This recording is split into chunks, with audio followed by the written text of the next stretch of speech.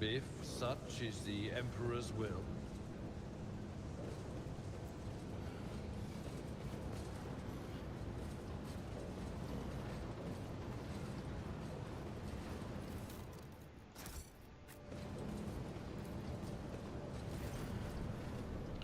The Cogitator's panel has dozens of brakes, buttons, handles, switches and other control mechanism.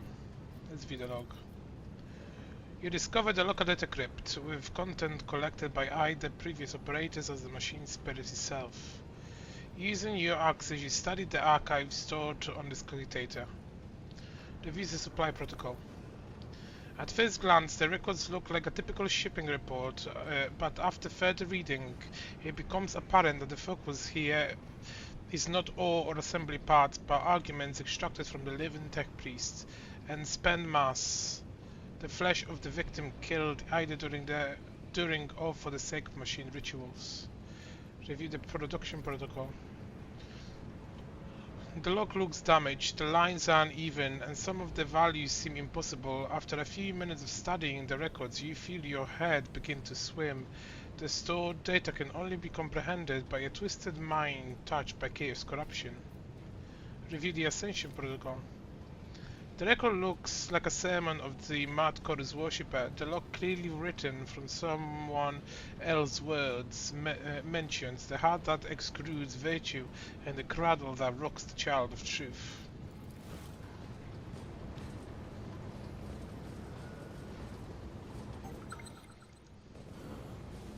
Cast your eye there. Pay attention. Over there!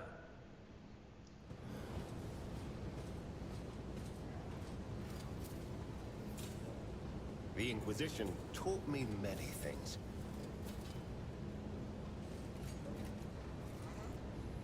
Easily done. That was a problem for you.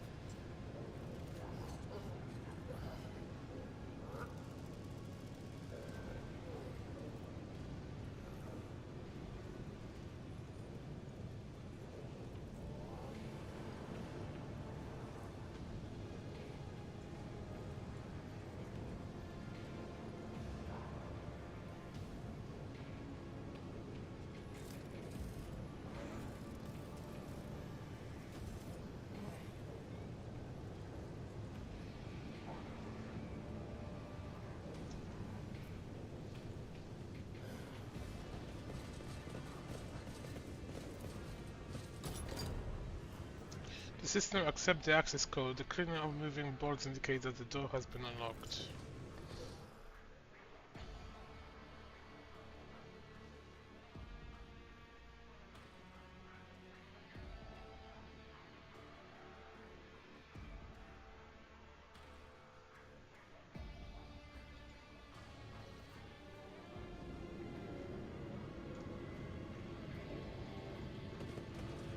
I serve the Golden Throne. Numerous wires and pipes run to the filthy cages, which are filled with what look like a conglomeration of human bodies. You cannot make out who is in the cage, but bright blue sparks flash intermittently in the darkness, while the mass of flesh twitches and shudders.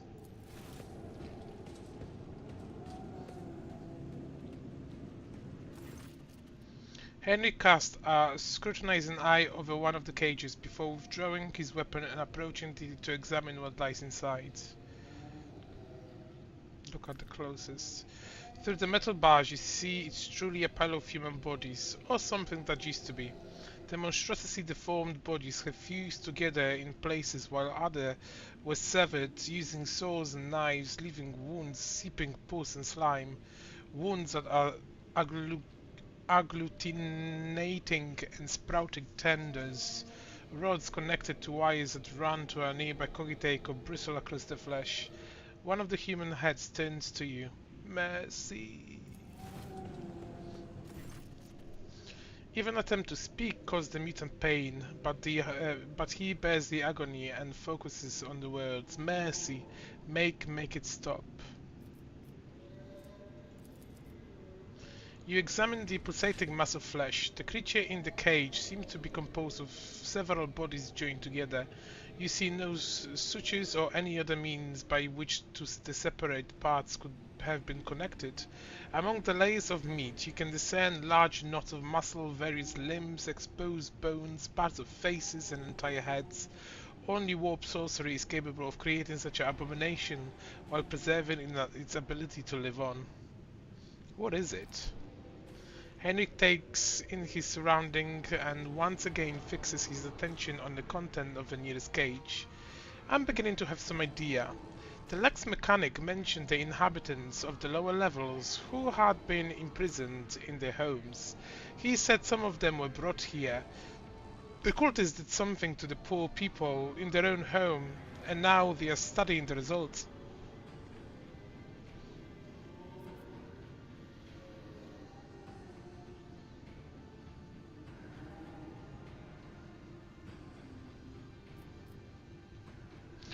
The Lex mechanic talked about some kind of slag waste disposal and chaos symbols of mechanism on machines. What are the arch-enemy's minions doing to the people of the lower levels? To know the workings of dark sorcery means allowing corruption into oneself, Henrik scowls. These are warp mutation, no doubt. Perhaps there was some side effects, and that is why they brought here, to be connected to sensor and cogitators. Even fallen tech priests who have rejected the Omniscia are driven by a perverted hunger for knowledge. Have you ever seen anything like this before? I have seen a great deal, Rock Trader. That includes mutation caused by the sorcery of chaos. But what frightens me most is not the repulsive form, but what is hidden beneath it, Henrik frowns. A human soul in torment. Chaos never forgets to ensure its victim retains the ability to suffer. They are hooked up to cogitators. Henrik carefully studies the screens of the computing machines. Lingua techniques, corrupted by the scrap code, I'm sure. It's unlikely we'll be able to extract anything of value from the data crypts. Thinking, Henrik clenches his fist and bites down on a knuckle, and then recoils when the mutant from the nearest cage reaches a hand out to him through the bars. You... A female face watches you from within the gloom of the cages. Even though half of her head has been turned into a mess of bones and lumpen growths, her single eye looks at you with a surprising amount of intelligence. You promised us. Her words are echoed by the other voices in the depths of the cages. Henrik leans towards the cage, but at sufficient distance to ensure that the mutant cannot reach him. Who are you talking to? What did they promise you? Who are they? You took us from the inferno. You promised us a reward. Her face contracts in a grimace, and the creature's lips stick together like a melted wax. I'll be damned. They can still speak. They remember the people who did this to them. Henrik balls his fist in powerless rage. Then he frowns in thought. Perhaps a little biomancy will allow us to draw the fragments of knowledge out of them, or it will trigger further changes. Not missing Pascal's sober interest in proceeding, which he is dutifully recording in a data slate, Abelard raises a brow. Esteemed Magos, these are your comrades. If I may ask, do you feel any compassion for them? Or at the very least regret? Regret for the losses that those people represent to the Adeptus Mechanicus? Negative. What I'm currently observing is not tech comrades, but merely the biologically functioning remains fashioned into the specimen on the unnatural perversion of technology. I'm under no directives to feel any affinity for such specimen. If there is something that will make them talk, we must use it. Hendrik nods. Yes, it's possible another person would refuse to make such a choice, but we can use this situation to help the investigation.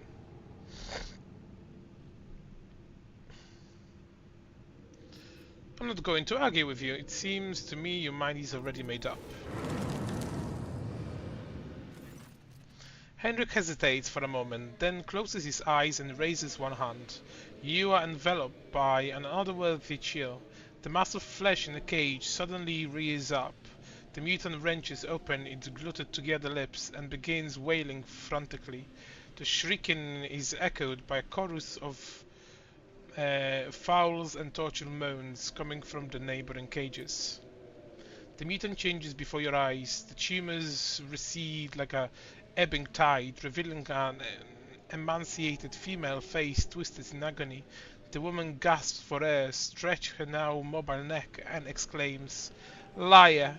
You promised to kill me. You promised me deliverance. Every one of you, everyone told me to have hope and the pain would go. Accept the truth, for that is hope.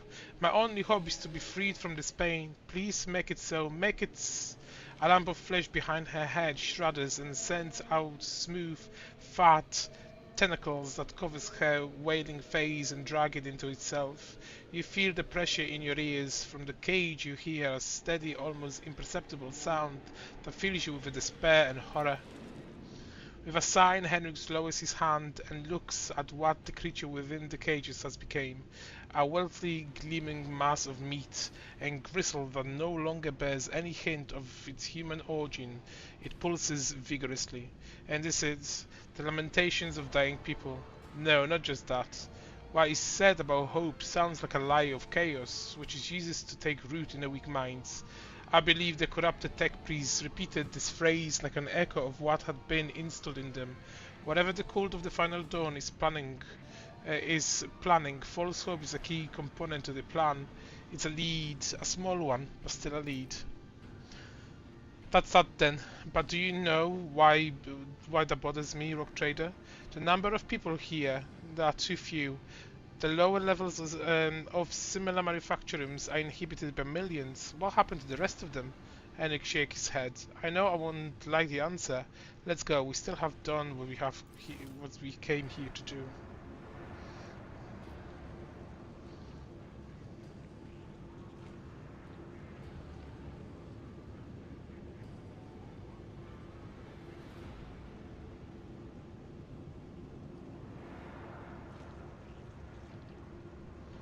The light of terror shines for us.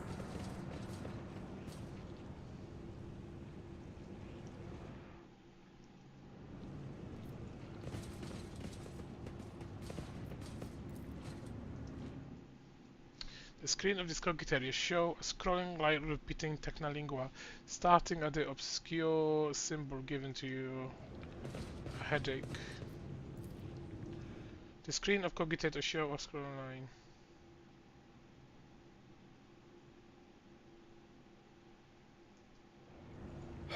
A nice little stroll.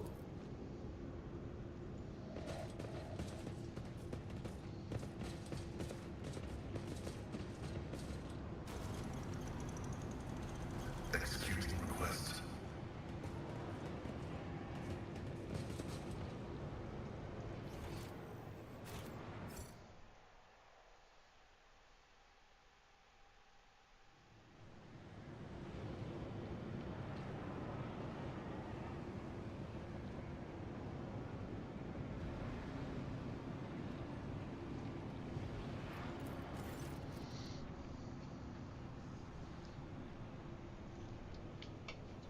The massive cogitator grows out of the metal bulkheads like a grotesque armor.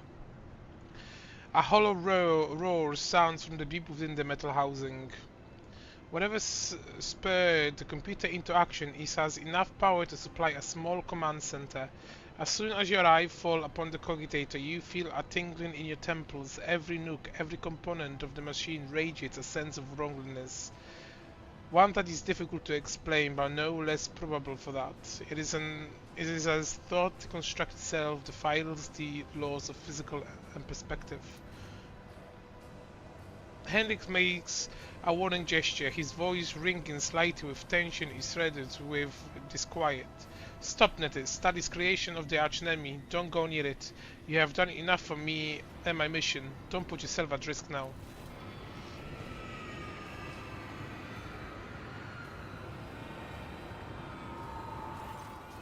As soon as Hendrik takes another step towards the cogitator, it emits a deafening shriek like hundreds of metal needles driving into toughened glass, as though sensing the stranger.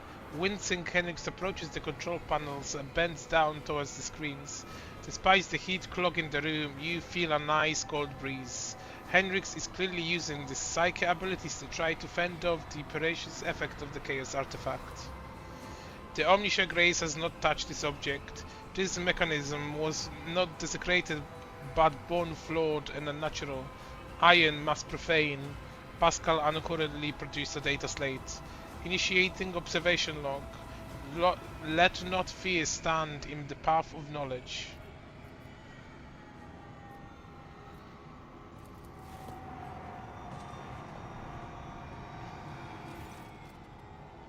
Hendrik is too engrossed in his examination of the control panel to stop you.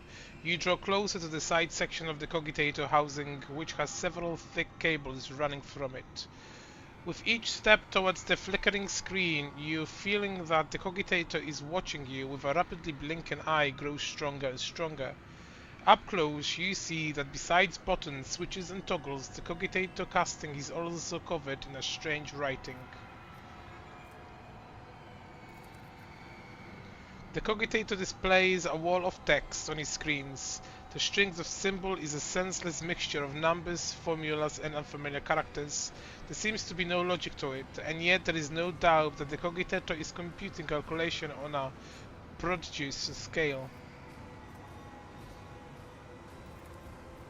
Oh.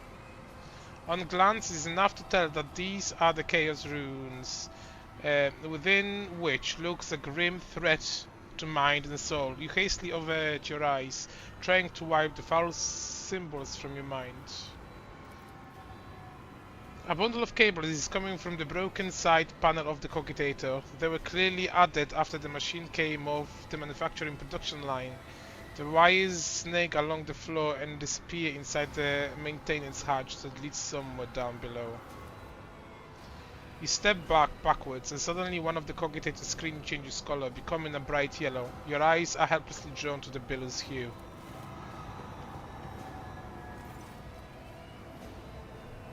You turn sharply away from the screen, and you can almost feel inevitable shackles falling away.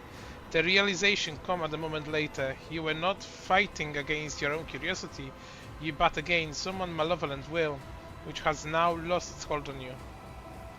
Keep your distance and wait. A minute passes, then another. You watch Hendrik examine the cogitators.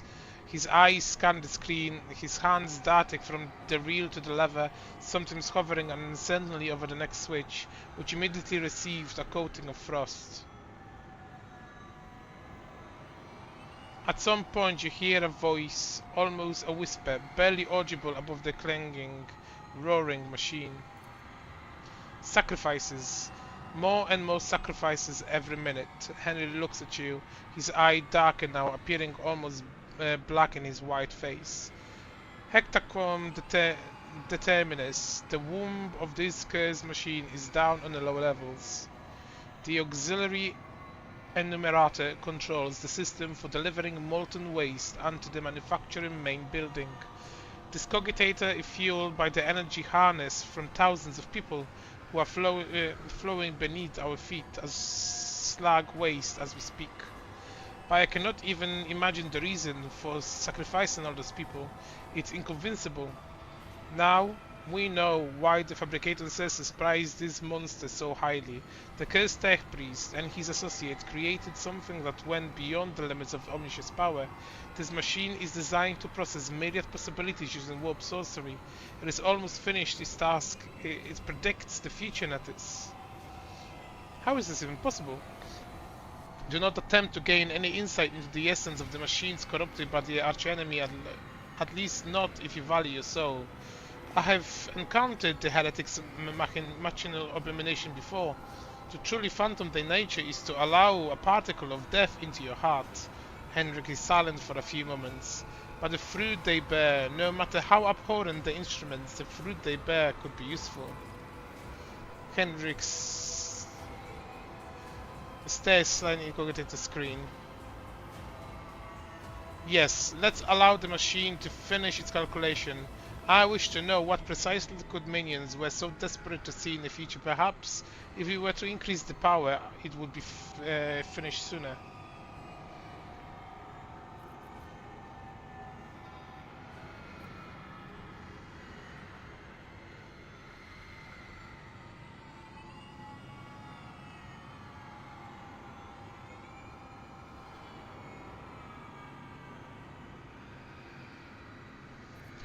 The decision is on your conscience, Henriks. Henriks vacillates for another moment, and his hands come to rest on the cogitator switches. I will accelerate the process, so that everything is over as soon as possible. The cogitator screens flash, and the guttural roar in his depth turn into a frantic shriek that seems to contain the death cries of thousands. Hendrix bends over the key and flinches as if from electric shock. His head spawns back unnaturally and you see his lips moving. The cogitator lets out a roar that grows louder by the second.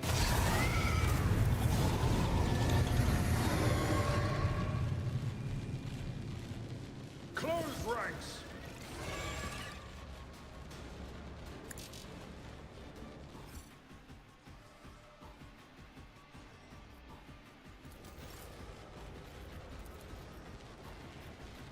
Me? If you insist, Lord Captain. Request approved.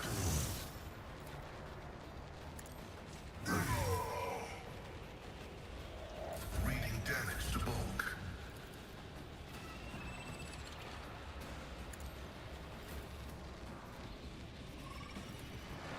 Naturally. Let's see to it. But of course, Lord Captain.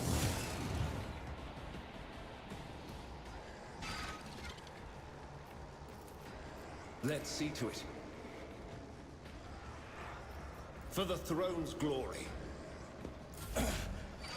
Focus, Van Kellogg's. Focus.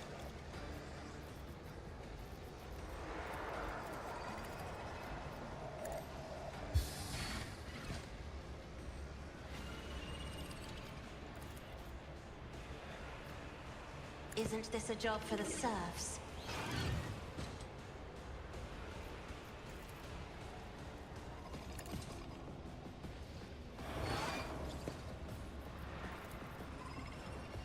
Me? If you insist, Lord Captain. As the Emperor commands, I act. Doubt is for the weak. That is not the Emperor's will.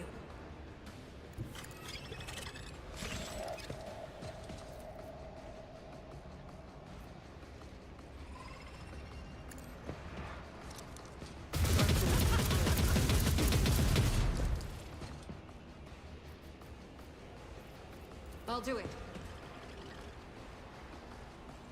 The enemies of the Emperor will be undone.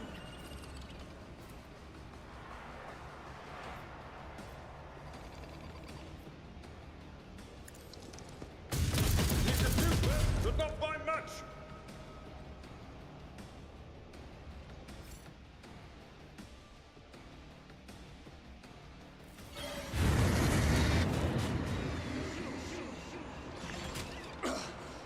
I won't go down easy.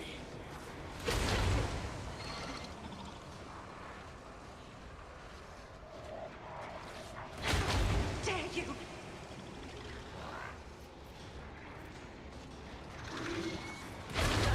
Deliver us!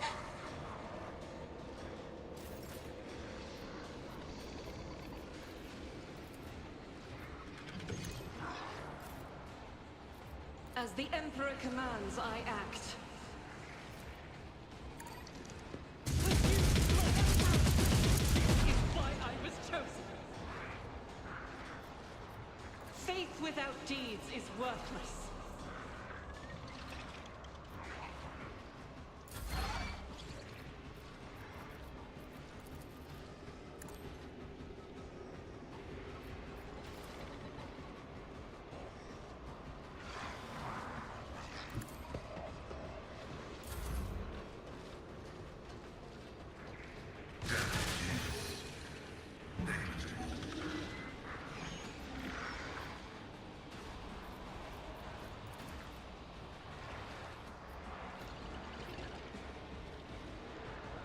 I've seen worse battles than this in my time. At your beck and call. Victory is imminent.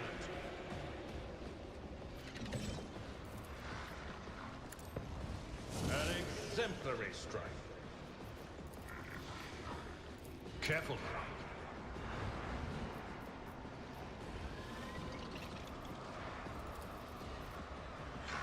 Indeed.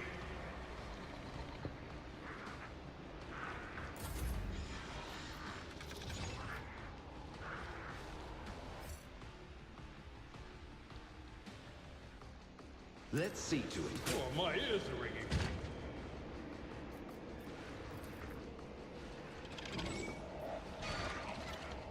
Naturally.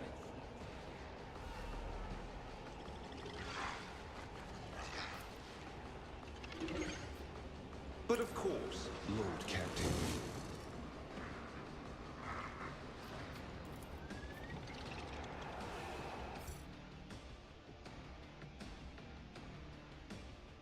For the throne's glory.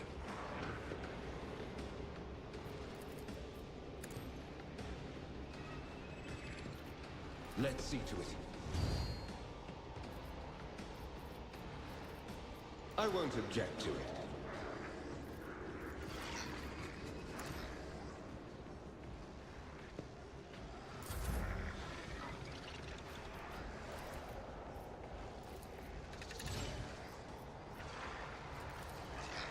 The scriptural prognosis is favorable.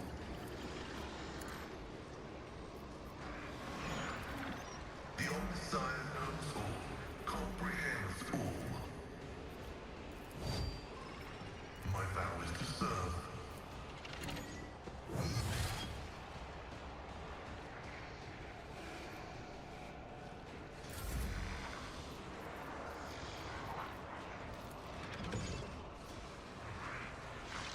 Be careful not to cross my gaze.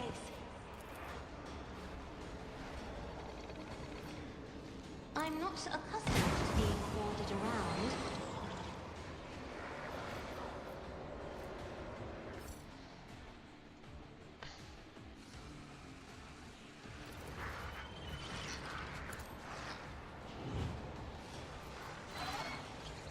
I am a navigator, not a servitor.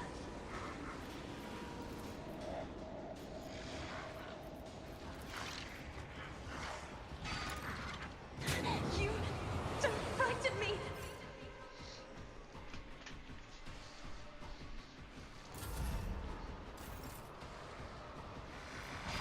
Doubt is for the weak. This is unacceptable. God Emperor, move through me. Be the fire in my heart. As the Emperor commands. Keep the Emperor's service. I'll do it. As the Emperor commands, I act.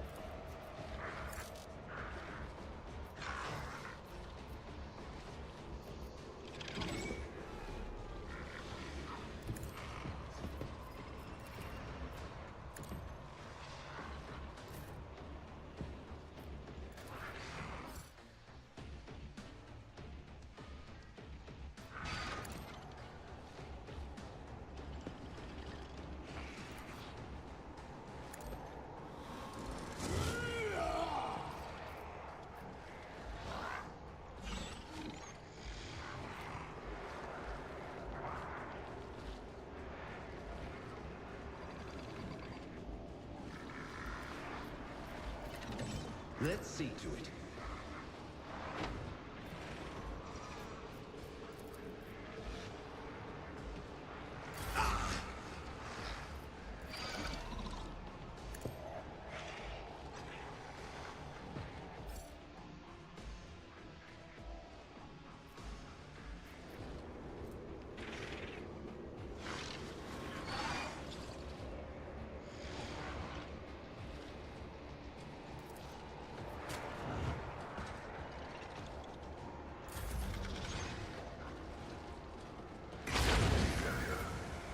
Detected.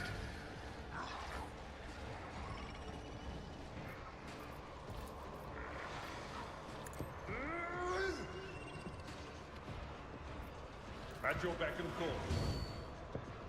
A tactically sound approach. I will do my duty.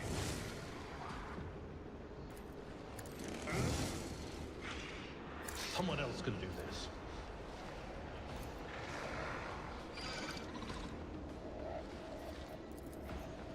It will be done. At your beck and call. Indeed. Victory is imminent. My faith shields me.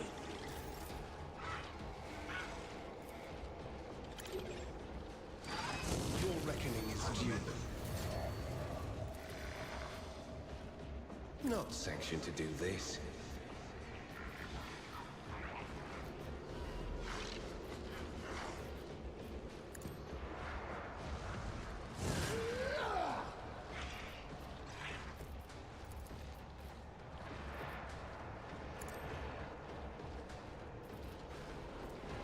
I won't object to it. I feel the power surging.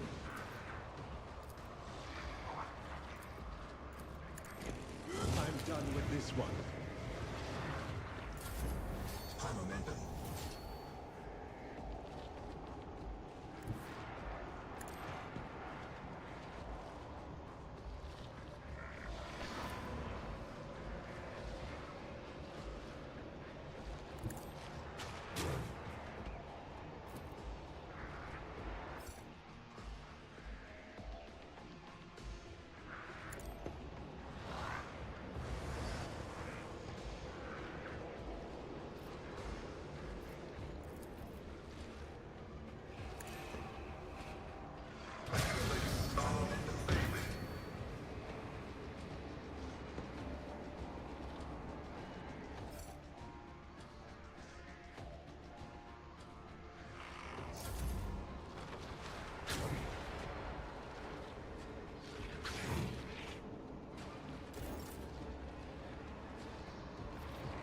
Request approved.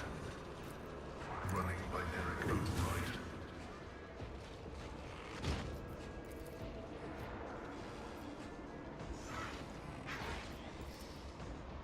Request approved.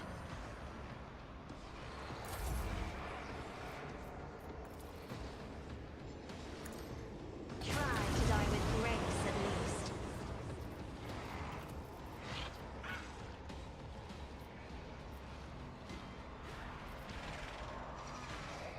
If I may.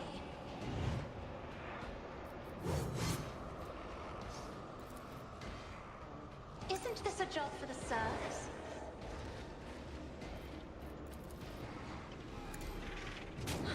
How dare you!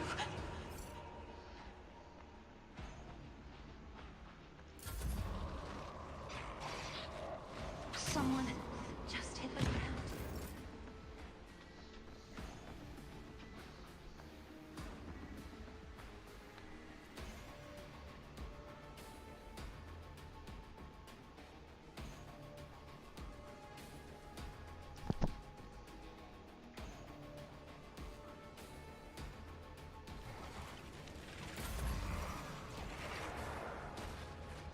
By the manner of their death, we shall know them.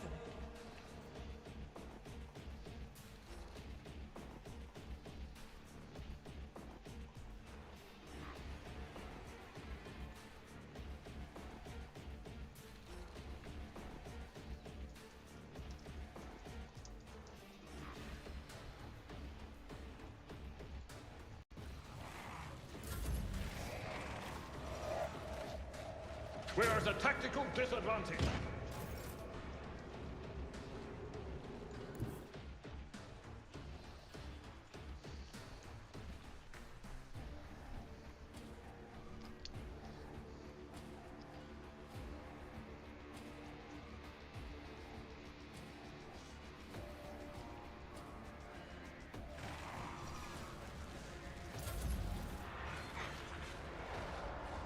Take up defense over the body of the fallen unit.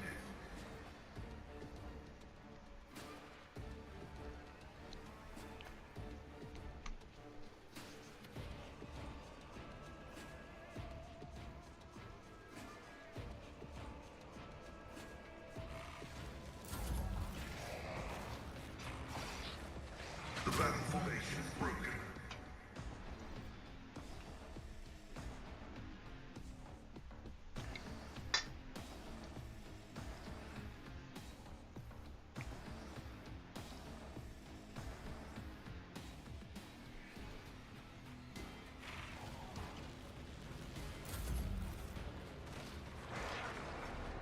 Resuscitation liturgy is required.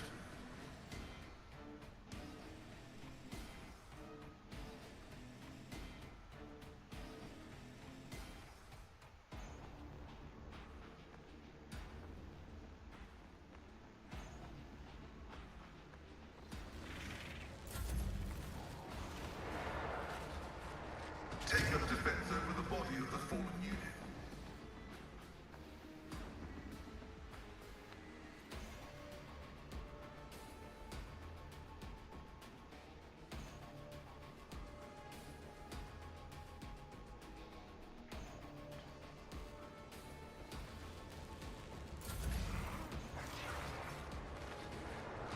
We have one down.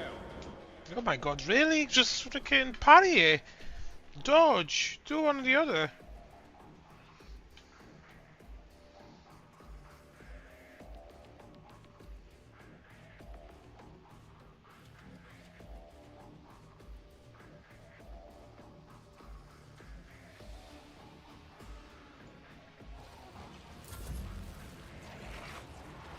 Time to redouble our efforts.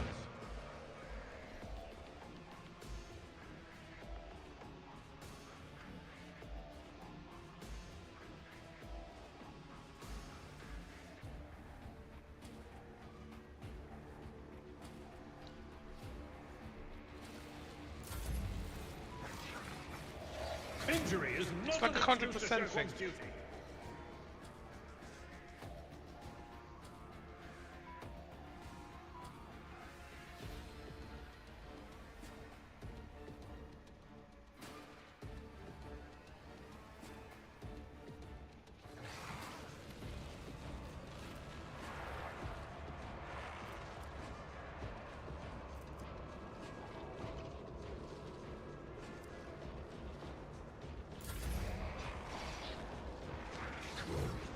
At last.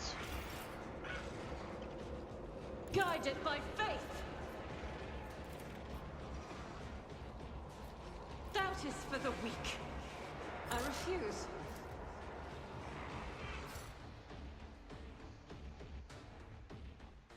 Faith without deeds is worthless.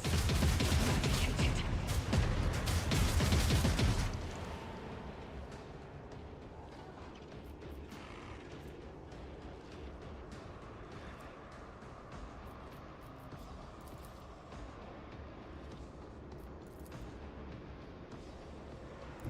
Rejoice in battle! I'll do it.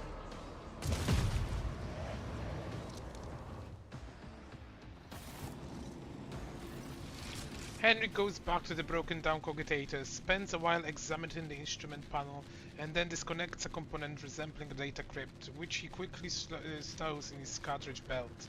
That's what the machine was putting into the operation for. Countless symbols and numbers containing knowledge of things to come. I hope my specialities will find a way to decipher the corrupted code. I hypothesize that my services will not be needed. The disappointed and resignation are clear in Pascal's voice.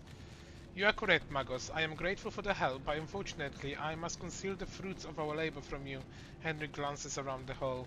As you have seen, my caution is well founded.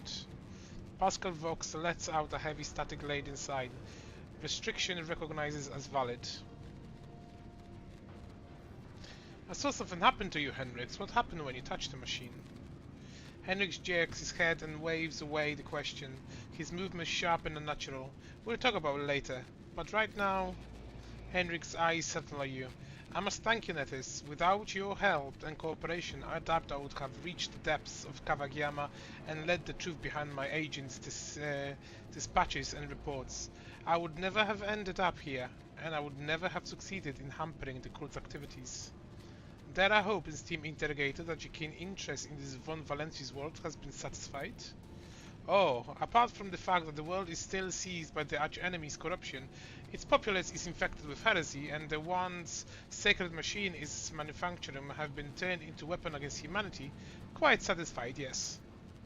My business on Kivagama is concluded. It's time to return to the missions that brought us to the industrial world. The only thing I'll ask of you is an audience when we return to the ship. Henrix bows his head to signal that the conversation is over.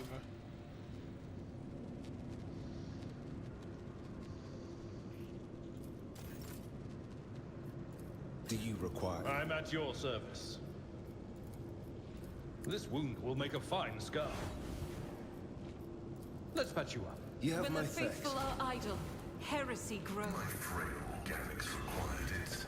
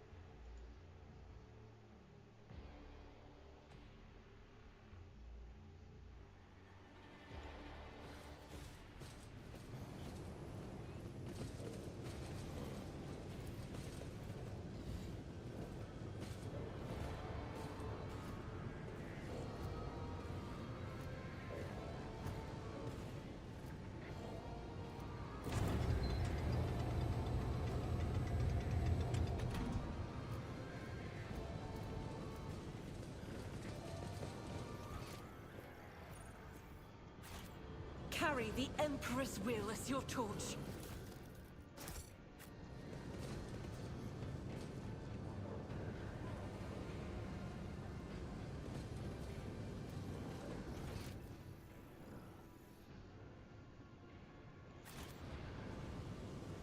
I've never wandered so much before.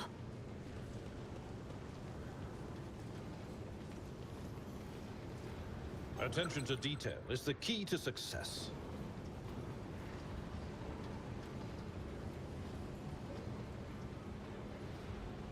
Marching on.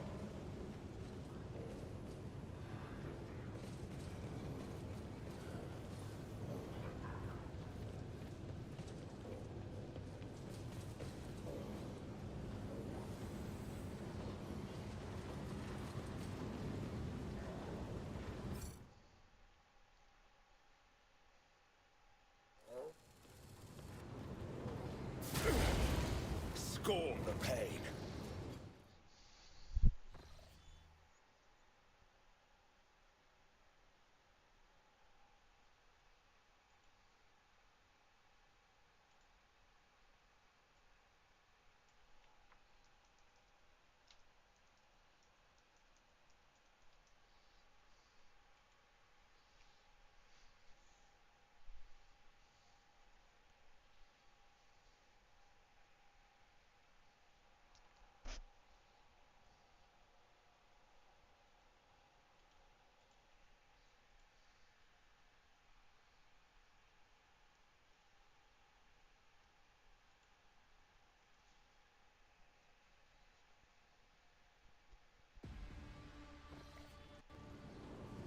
Remember, innocence proves nothing.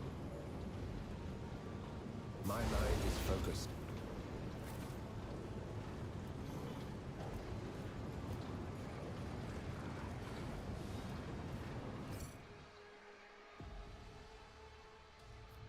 Error.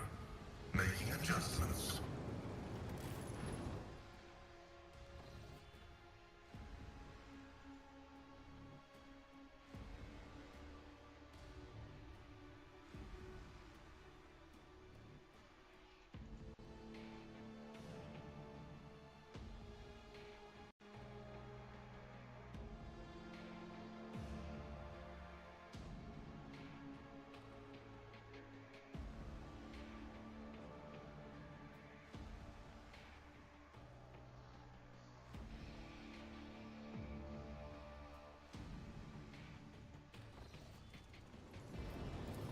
Operation successful. The large device is a cargo lift for untransported parts. Tread carefully, rogue trader.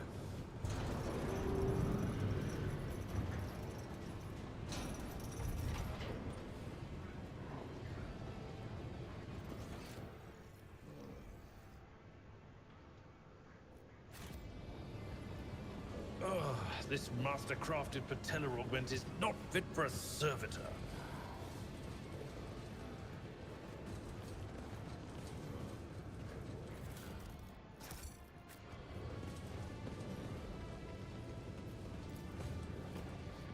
The desecrated altar of Omniscia, the purity seals have been torn off, the data slates have been sacred codes shattered, and some of the teeth on the gear are adornments broken off.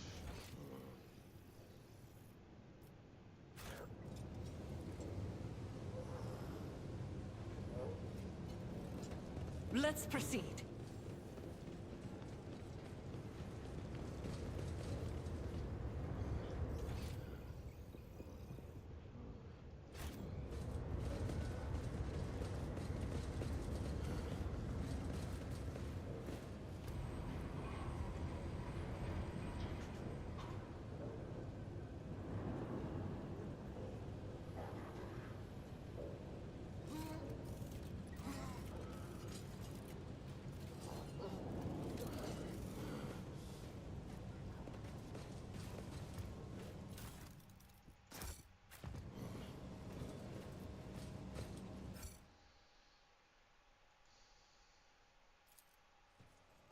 My success is an irrefutable certainty.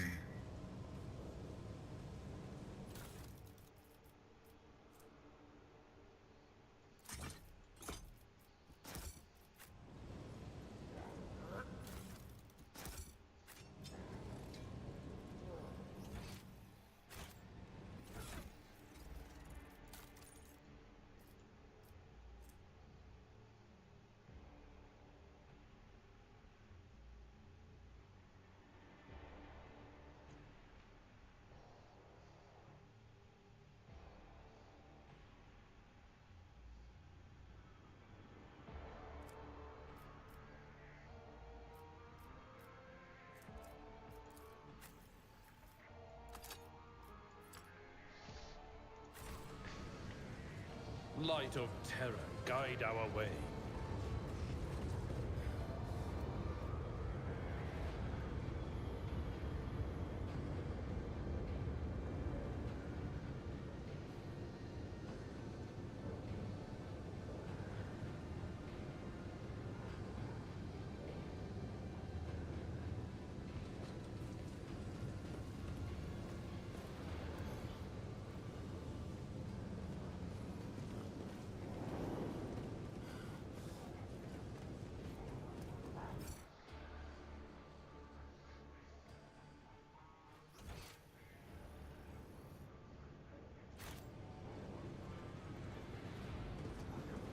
If such is the Emperor's will.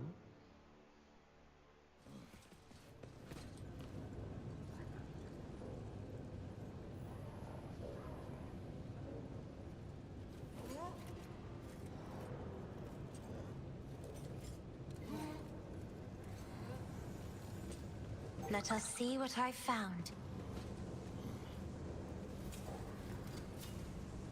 There. Locomotives are fully operational. The Chaos Space Marine towers over the tech breeze, bowed heads like a dark cliff. He's reciting a sermon, slowly, almost chanting. From the mere sounds of his deep, low voice, you break into a cold sweat and your gorge raises. Listen to my words reveal to you a path from the darkness onto the primordial truth, which has thrown open its gates for wayward souls seeking deliverance from the shrouded of lies and torment of enslavement. Your minds have shed the bonds of the dogma that has guided you into the abyss. Accept now the hope granted to you by the greatest of the world bearers. Sacrilege, he is on the soil of the Imperial world. Henrik hisses through his gritted teeth. I knew our meeting on Raked Manias wouldn't be the last, but to run into the anathema here? Kieva Gamma did not merely succumb to heresy, Nethys. Your world is in the clutches of the great evil known to the Imperium. Pascal gazes at his former brethren and whispers sternly, the new sphere signature of the defective units has been archived. In accordance with the sacred commandments, I will tolerate no heresy and hereby sentence you to the catalogical disposal without redemption. Interrupt the sermon and pee into the God Emperor. The world of the righteous hymn cut through the torment of this heretic impious proclamations. You feel as if the light of the Emperor himself touches your heart, warming it with a grace and protecting it from the malignant corruption. The Chaos Space Marine rose in fury as the tech priest turned and changed his issue. For the Emperor! I will take you down.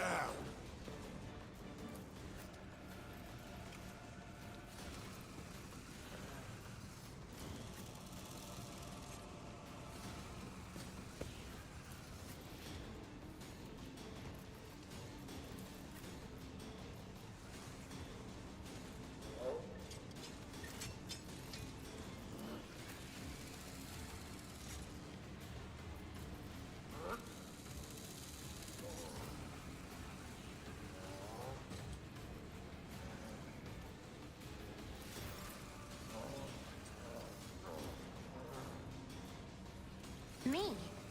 If you insist, Lord Captain. As the Emperor commands, I act. I'll do it.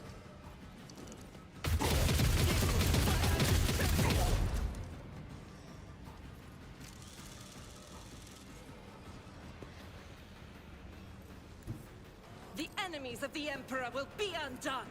As the Emperor commands, I act. For you, my Emperor! Faith without deeds is worthless.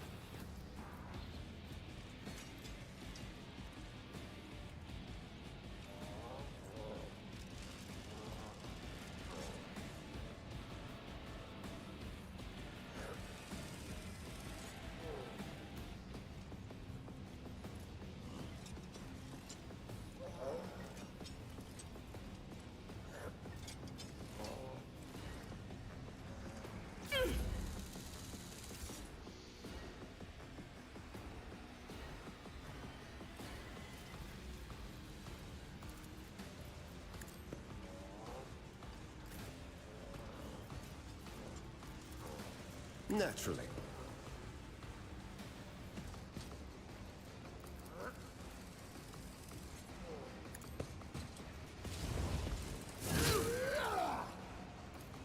I won't object.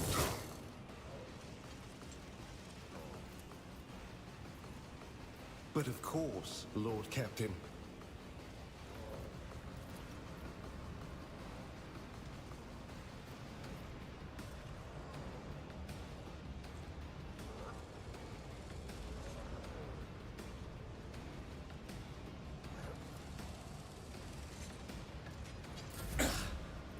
Throne take you.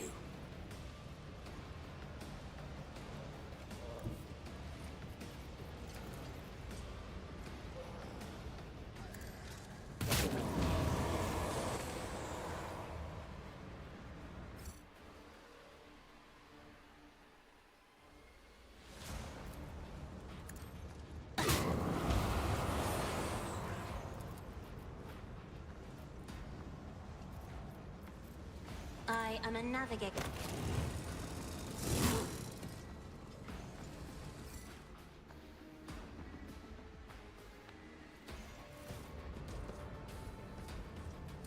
How'd you like it? I'm enraged.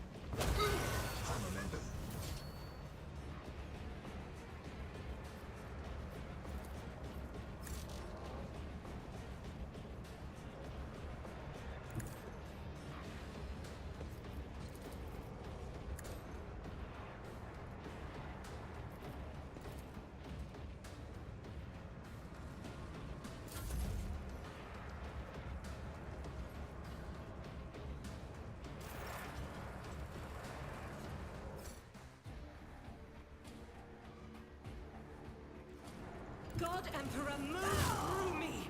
Be the fire in my heart!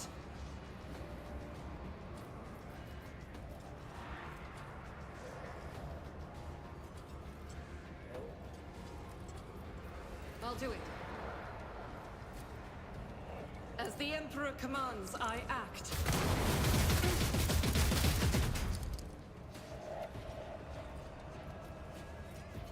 Power resides in the will of the righteous.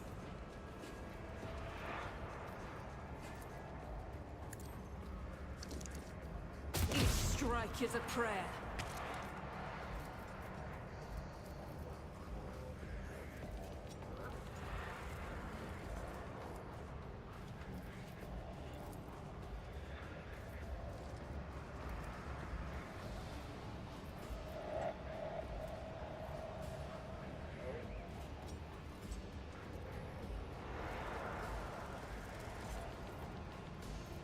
Doubt is for the weak.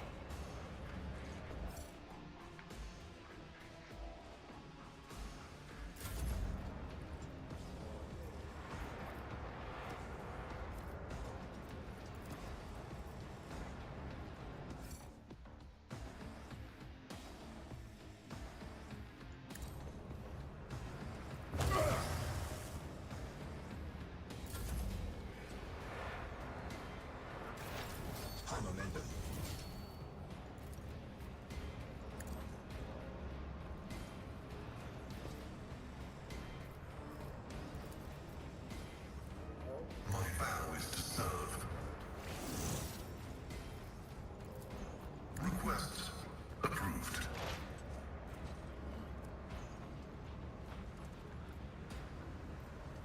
As the tactical imperative dictates. The omniscient call comprehends all.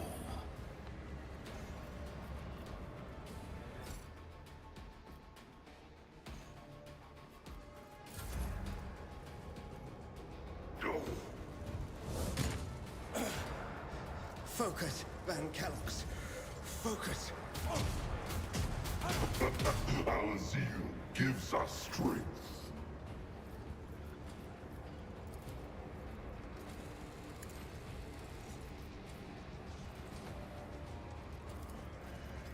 Let's see to it.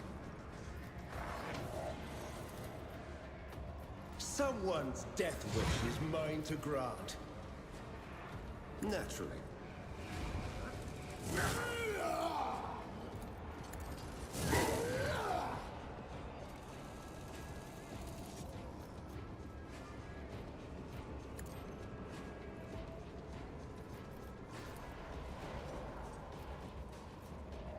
Let's see to it.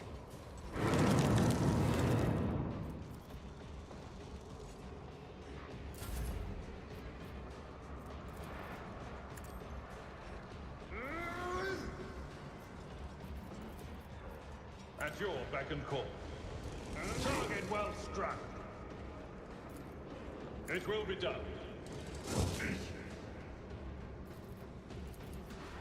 Indeed. It will be done.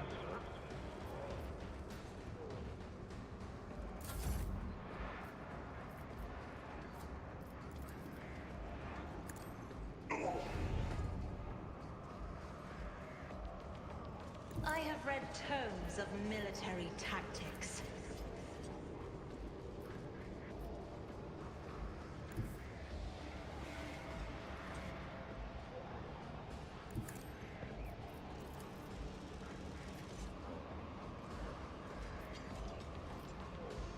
I'm not accustomed to being ordered around.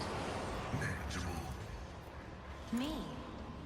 If you insist, Lord Captain.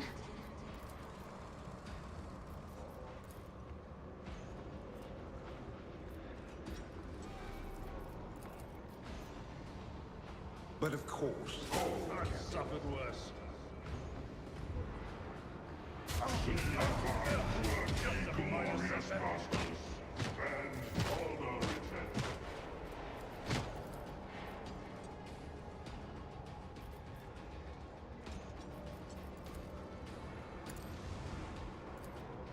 For the throne's door.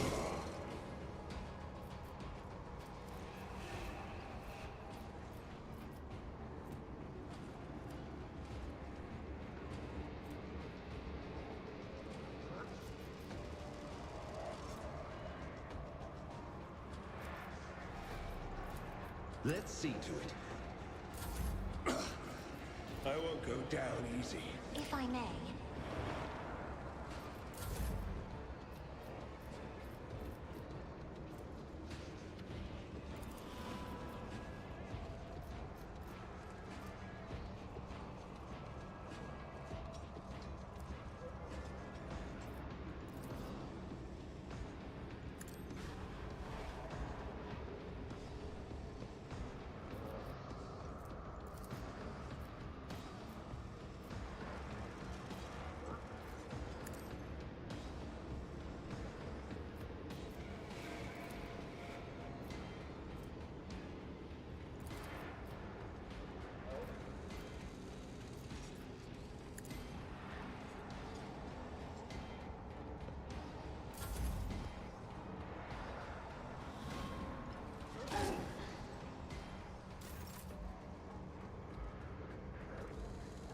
I will bathe this battlefield in righteous fury!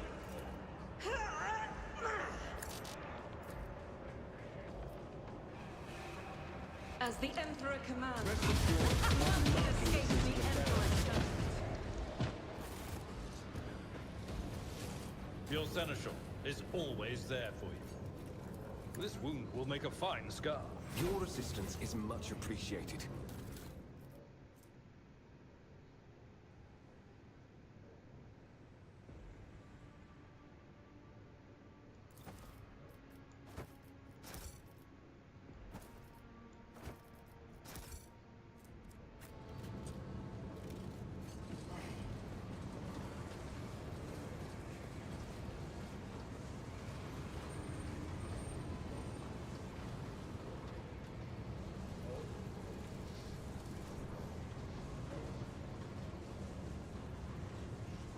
The world is full of colors I have never seen before.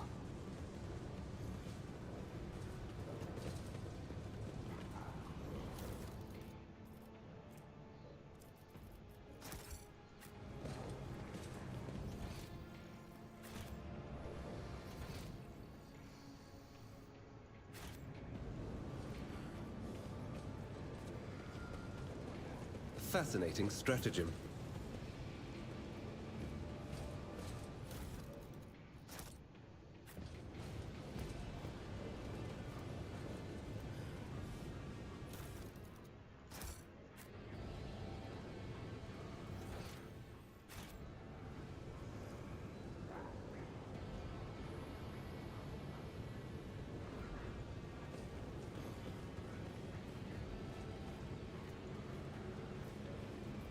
I'm still new to the art of exploring.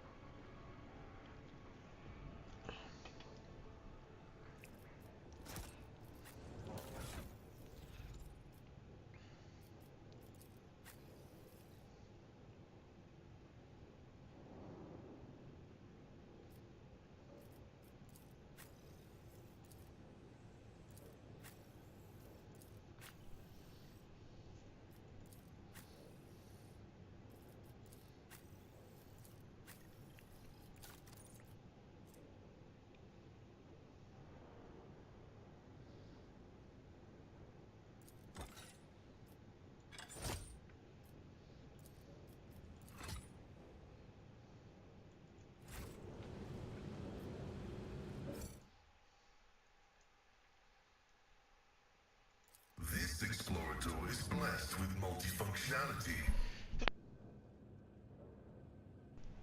The car is filled with refuse, broken pieces of spare parts, chopped up lumps of fresh beats, wire and other rubbish.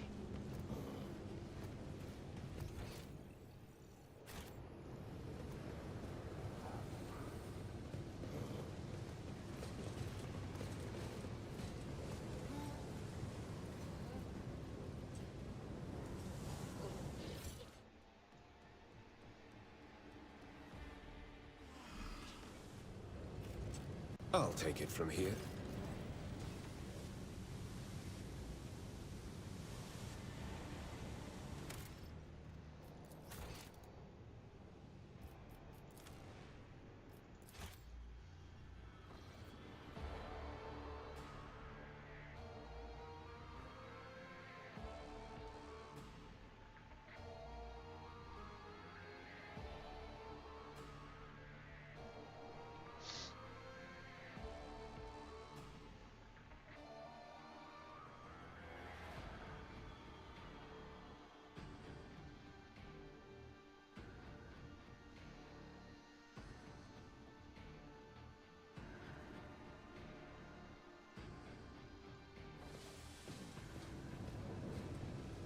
The sooner we start.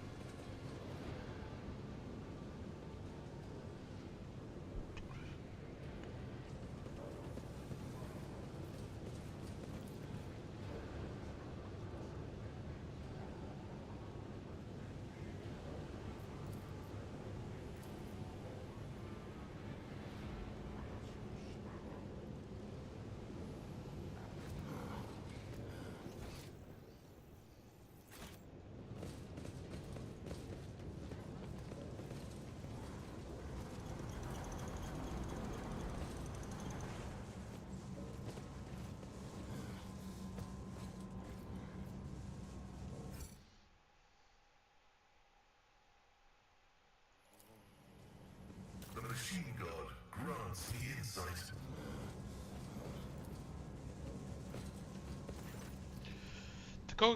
The cogitator looks dead. Only a single little lumen shows that there is a life within the machine. Bring the electro to the scanner. Several lumen light up on the panel. You hear distant clicks and the cogitator goes quietly, clearly having fulfilled its purpose.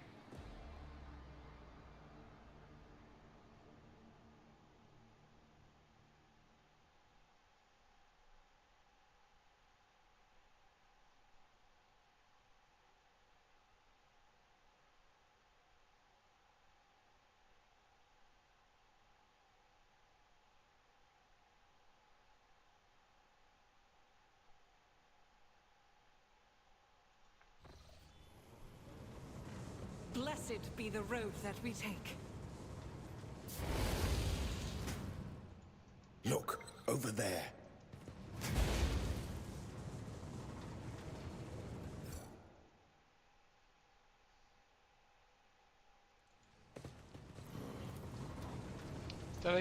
The thick layer of dust is a telltale sign that this place has been very few visitors. Despite that, you can see faint footprints that were left by whoever came here last.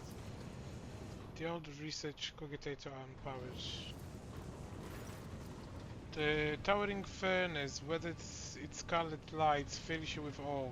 As you approach, the heavy hot thrum of ancient servo motors erupts from the machine depths along with the crackling binaric underroot. The dust-covered keys are illuminated by a faint pale glow.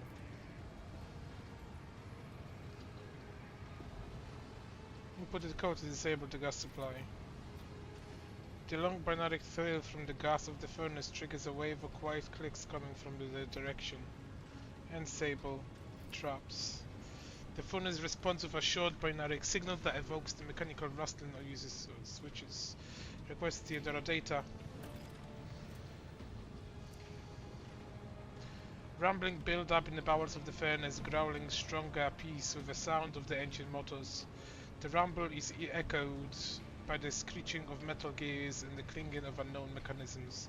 Slowly, almost hesitantly, the creation of the Adeptus Mechanicus disgrogs the databank engraved with a coat of arms of House von Valencius.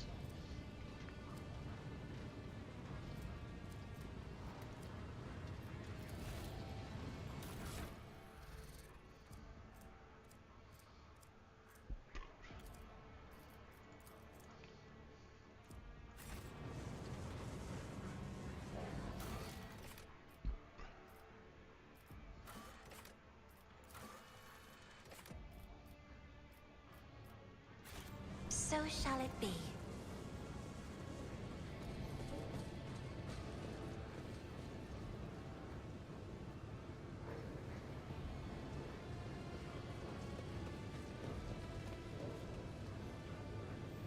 How can one find the right way without his light?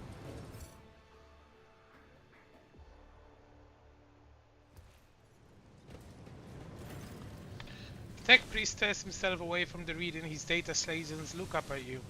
His respiratory augment is missing. Instead, the lower half of his face is covered in a deathly pale artificial flesh. You take note of the multitude of fresh augments attached to his head. They seem to have been inserted haphazardly, and pus is seeping from their untreated wounds. I heard your footsteps in the void. You are von Valencius, are you not? Pascal exchanges a series of binary signals with the tech priest before saying menacingly, initiating arrest procedure. This unit is using a fabricated identification code, which constitutes a grade 4 transgression. You are heretic, are you not? Merely a seeker of knowledge. However, the experiments I have conducted extend far beyond the allowed limits of the ordinary transchemic tasks with maintaining a planetary Vox array. But ever since I received this strange signal, my ears have been open to what I had previously considered to be forbidden knowledge. Every night since then I have turning my Vox station to the very frequency and listening to the voices. I am a heretic? The fabricator censor didn't think so. He conducted inspections, but he did not prohibit my research. Later, when my mysterious visitor revealed the truth of his optics, he came to me as more. I nurtured the scrap code for him in the depths of my mind. It lives there still, eating through my synapses and building new connections that are open to the new knowledge of change. Is freedom heresy? If so, they am a heretic. The reason for the failure of this unit operation has been established. You have fallen victim to the cognitive corruption of chaos. Your computing processes have been disturbed. You are defective. Defective? I reveal the truth. I comprehend, just as the Omniscia commands. Meanwhile, your mind thrashes about within the cage of data vows. So which one of us is effective? Pascal, do you have any preferences regarding the killing of your former tech comrade? Pascal switches to Technolingua, his Vox eruption in a series of binary signals. There is no need for secrecy. Let him understand. The Heret The heretic nods in your direction with a smile. Pascal glances at you with a worry and says in Gothic, his voice doubtful, "Following a voluntary surrender, I will be willing to commute the punishment from immediate destruction to arrest and isolation for the purpose of conducting an executive interrogation." Doesn't this violate some other protocol or other? Indeed, tech comrade, does it not violate the dogma of purity? Pascal says nervously, "Your possible familiarity with matters related to the fate of the blessed Amarant justifies this violation." Well, I for one am not willing to let him live. The voices warned me that this moment would come. I'll make an example out of you. Crush them!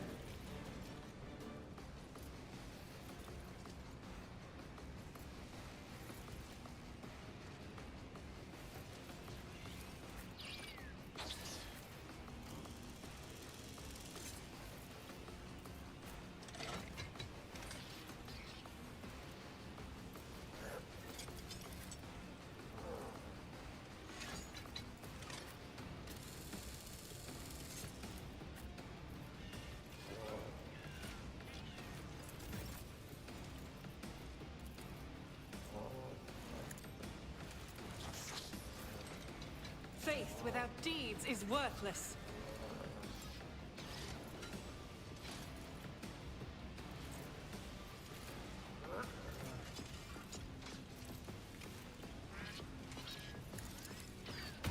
This is why I was chosen.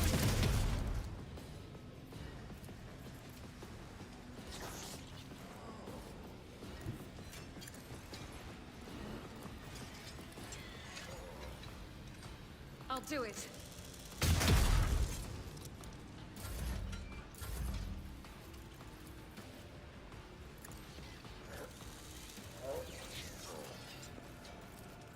Victory is imminent.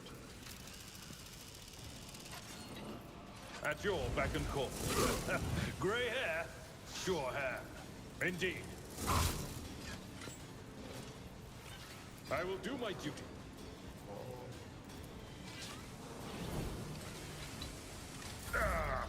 Brace yourself, Abelard.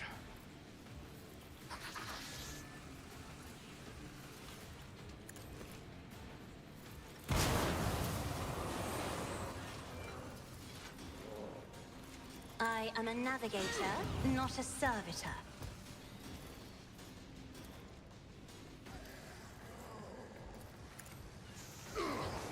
Target well struck.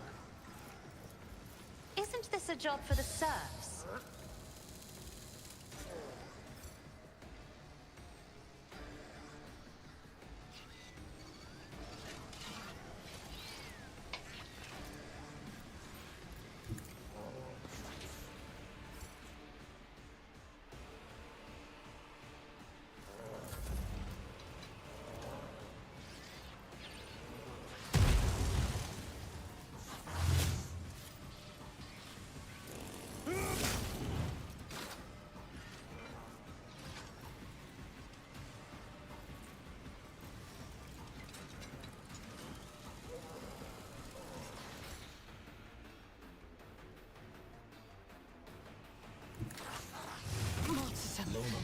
It's an honor.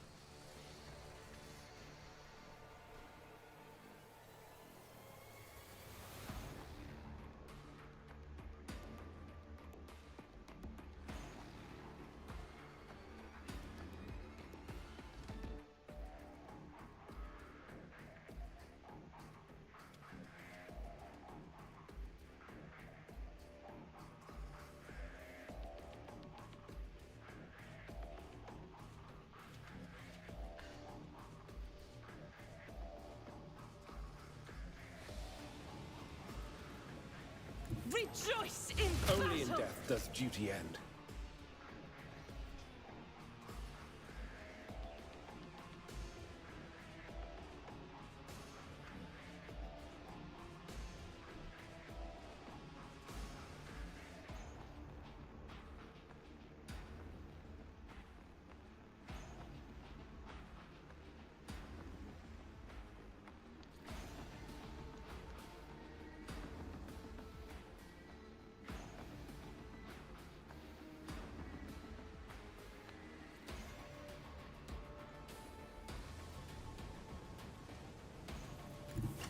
The enemies of the Emperor will be undone!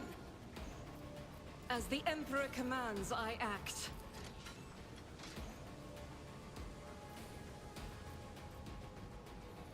Doubt is for the weak. Each strike is a prayer. I'll do it.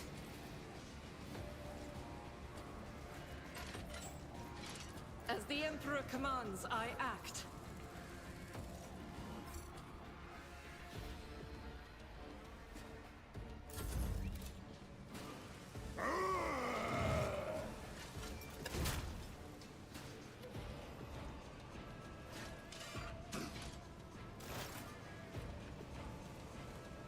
Activate calculated fury algorithm. Request approved.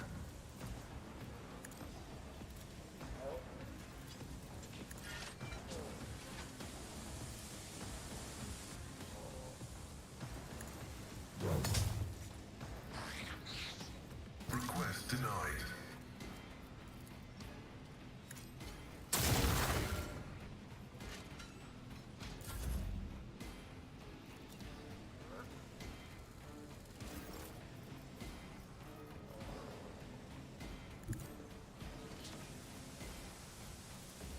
At your beck and call.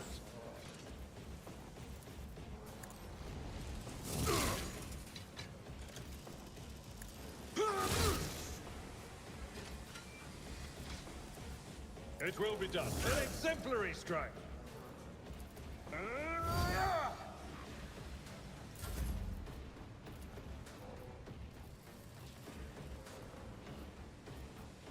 Naturally.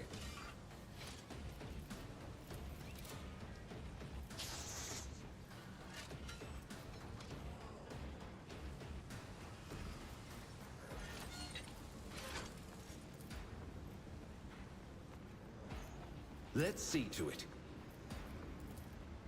I won't object to it. Alas, no. But of course, Lord Captain. For the throne's glory. Why me? Let's see to it.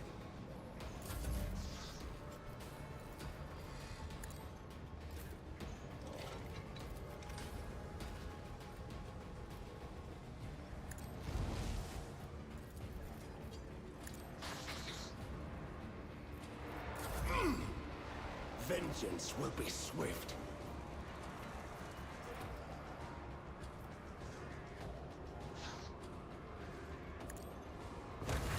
Time amended.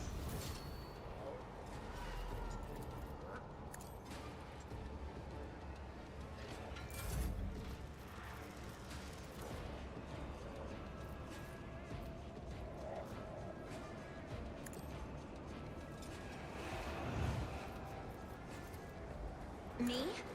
If you insist, Lord Captain. Step aside. The navigator is coming. If I may.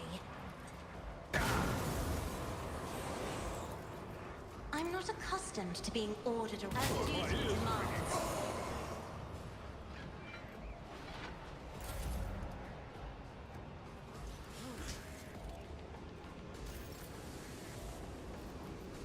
I'll do it.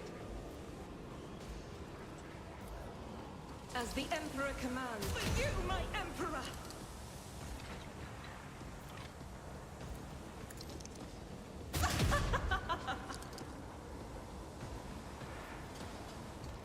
I'll do it.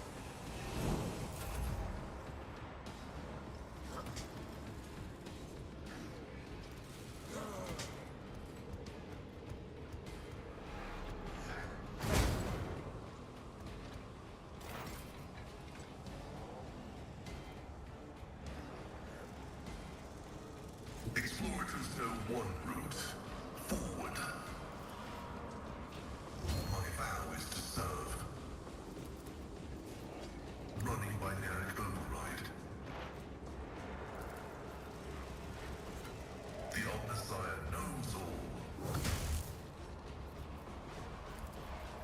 Request approved.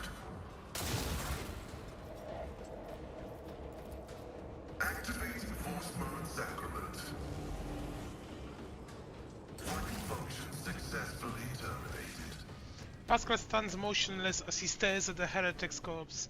After a long silence, he finally says in a hollow voice, "I'm taking his neutral cogitator. The data contained within must be analyzed to supplement the catechism of maintenance in operation."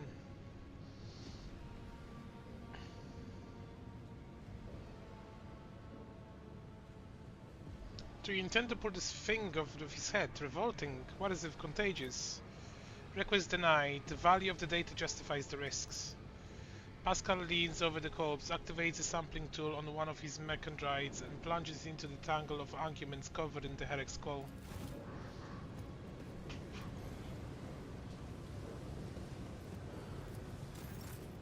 I'm watching your back. What advice do you seek? Field medicine at its finest. Let's patch you up. Blessed be the hand of the healer. Onward.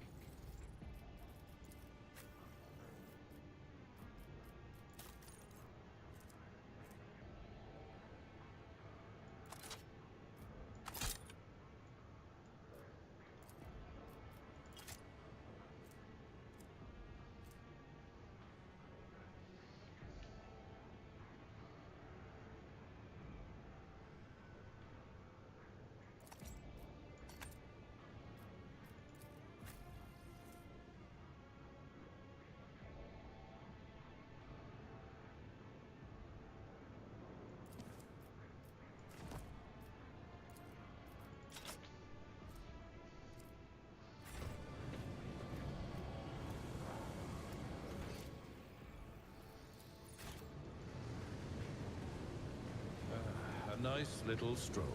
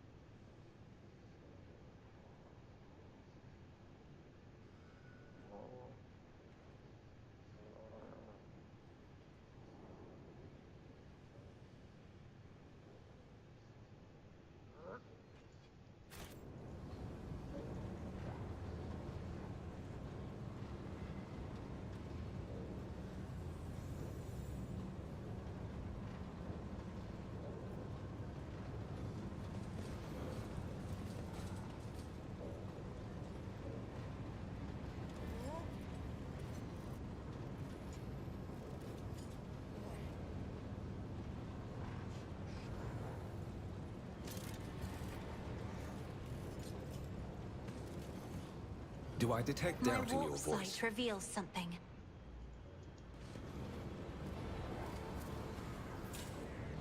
The Inquisition Nothing taught me escapes many my sight. things. Easily done.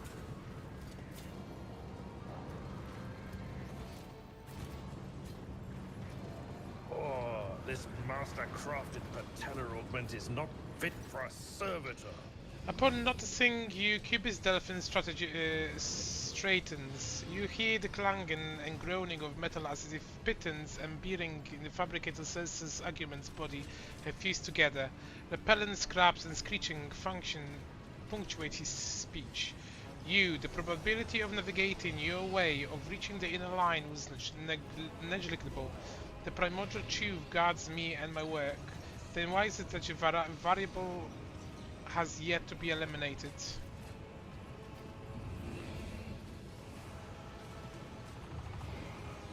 Because the schemes of the ruin's powers are powerless against the servants of the God Emperor who guided by his light. A gross misconception coming from primitive minds. Your existence is but a statistical error that will soon be corrected.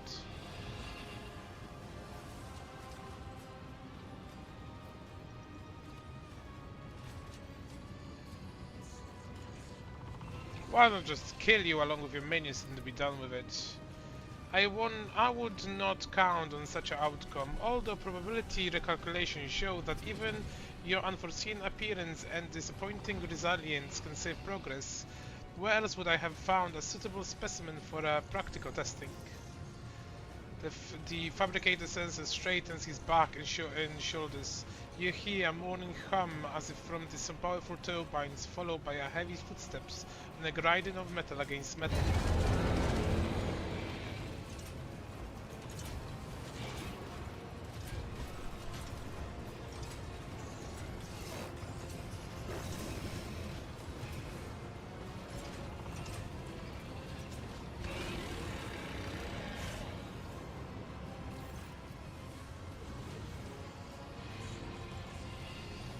The forbidding sensor lets out a binary thrill. Witness the weapon designed to carry the glory of the true God into the darkness of the coroner's expanse. My shepherd has sent me one of his iron angles so that its very presence may instill faith and awe in the hearts of his flock. Accept the greatness of the primordial truth, united with the might of the new Kievagama, and perish. For the Imperium, for the God Emperor. Accept this new sacrifice, sacred. The Emperor is with us. Go.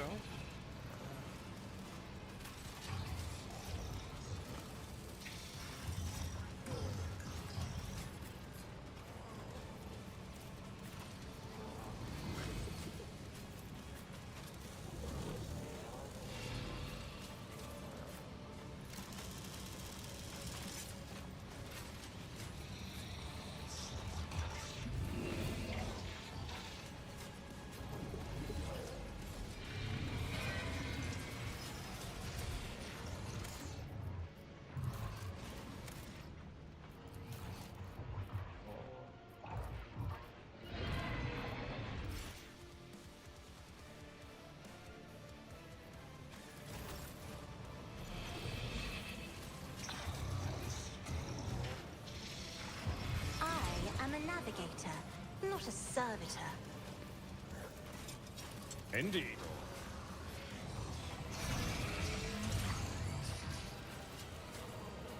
I will do my duty. Target well struck.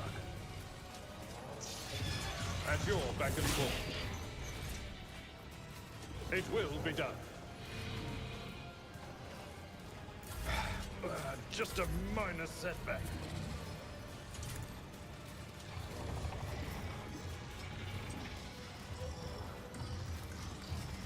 Naturally. Let's see to it. But of course, holy terror, smite your enemies. Me? If you insist, Lord Captain. Isn't this a job for the serfs? If I may. You... to frighten me! I'm not accustomed to being ordered around.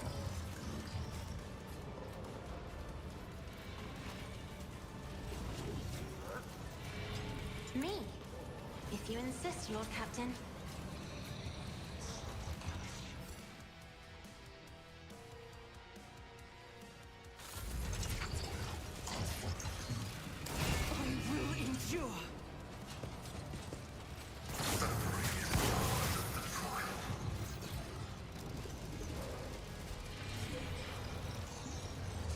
For the throne's glory.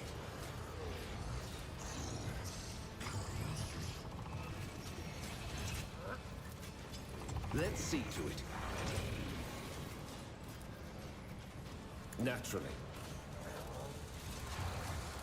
Let's see to it. But of course, nothing stands against me. For the throne's glory.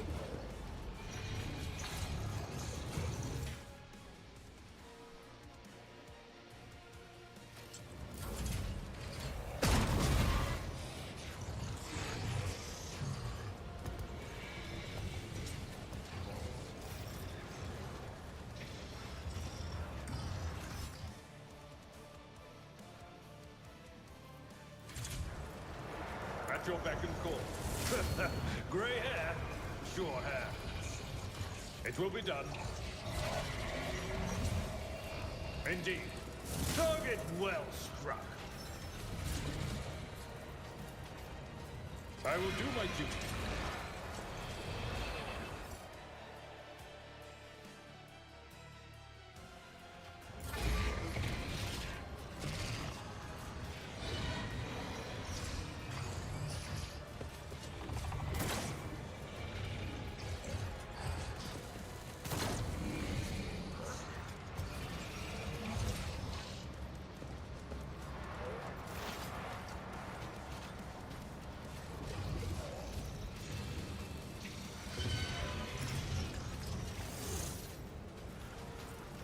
Running binaric override.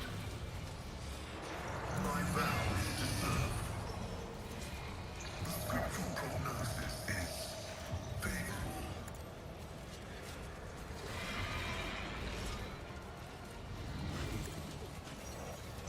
The omniscient no combat is an equation. Your life is a negligible variable. Doubt is for the weak.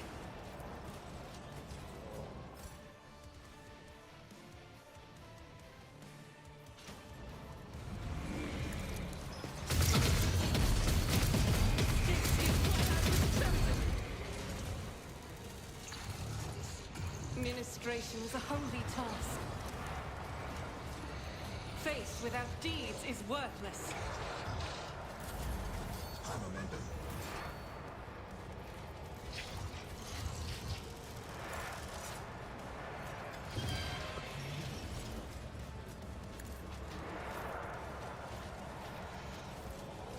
Let's see to it. Natural.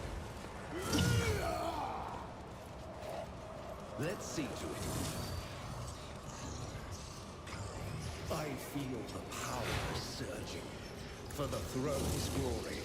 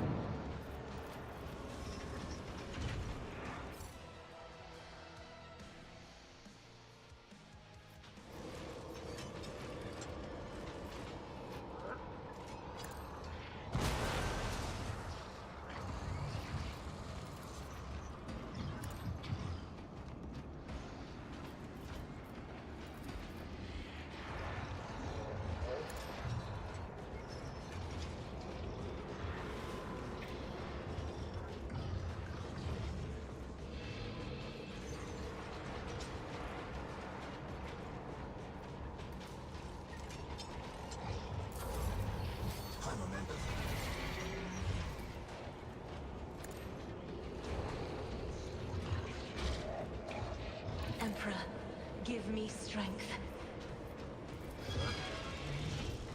I am a navigator, not a servitor.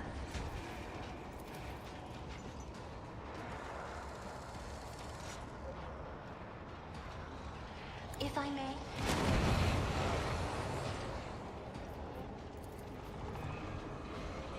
Me? You insist, Lord Captain? I'm not accustomed to being ordered around.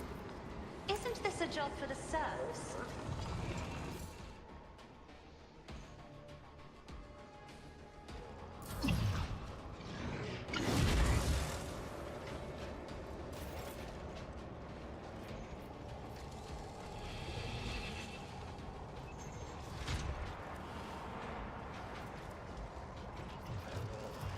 Let's see to it.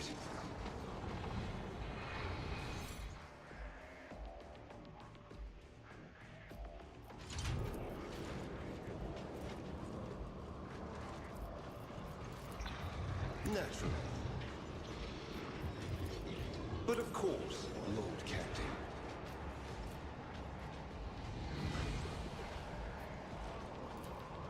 I won't object to it.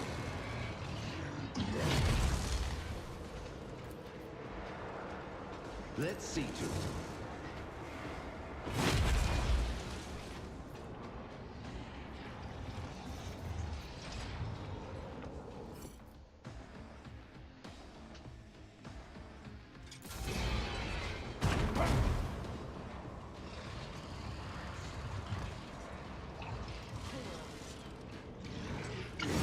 I've suffered worse.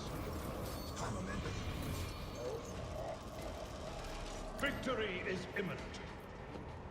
I'm not interested.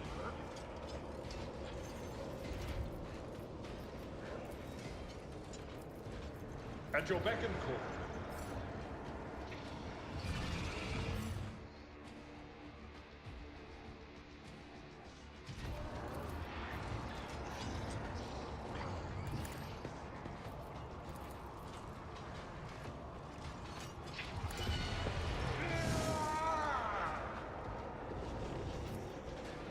Indeed. No matter the cost.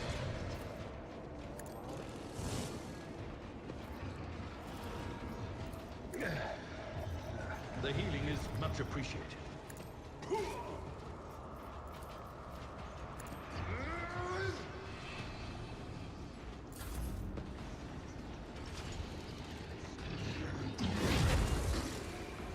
Throne take you.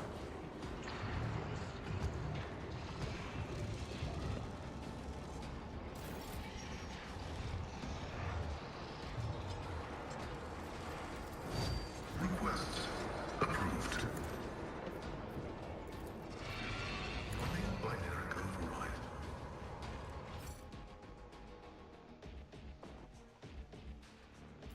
Request approved.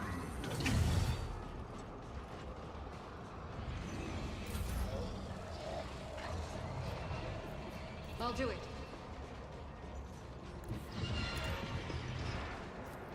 As the Emperor commands, none can escape the Emperor's judgment. Doubt is for the weak.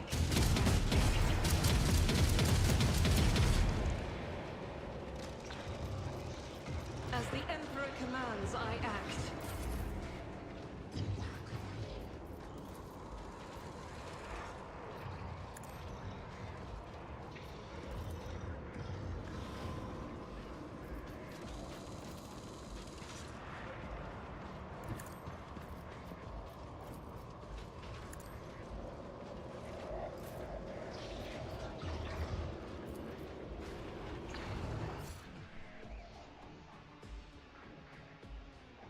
Naturally. But of course, Lord Captain.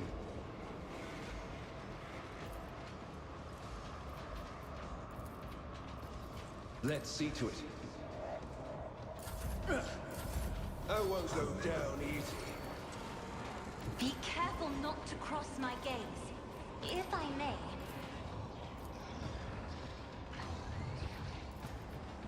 The Omniscient knows all, comprehends all.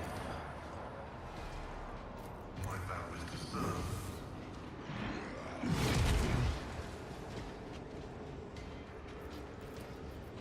I am a savant of destruction.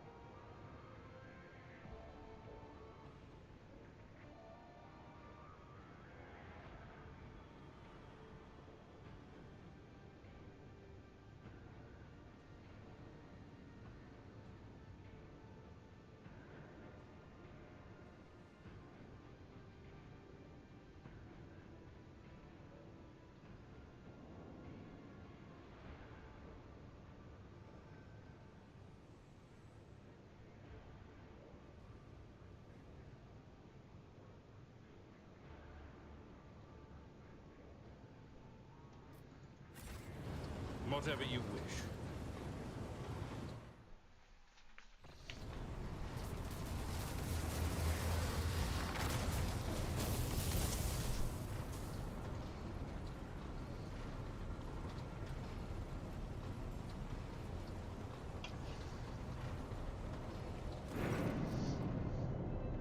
Sharp pen pieces your head and the light dims in your eyes. You smell smoke and burning. You feel a wave of nausea. Your legs buckle and your knees hit the metal floor. In the same moment, the manufacturing surrounding you disappears in a wheel of mist, ash and grey shadows. Struggling against the element, you can barely raise your head to look. Your eyes sting and burn, but though the tears you see it, a colossal silhouette rising above you. The roaring tempest is unable to shake the mighty figure. Who or what are you? The warrior in human's eyes bore into you. I am the master of those who have been felled by your hand in the halls of the primordial truth. I am Uralon the Cruel. The souls of my followers return to the font of power they served, crying out for me to cast my gaze towards this sacrilege. And what do I see?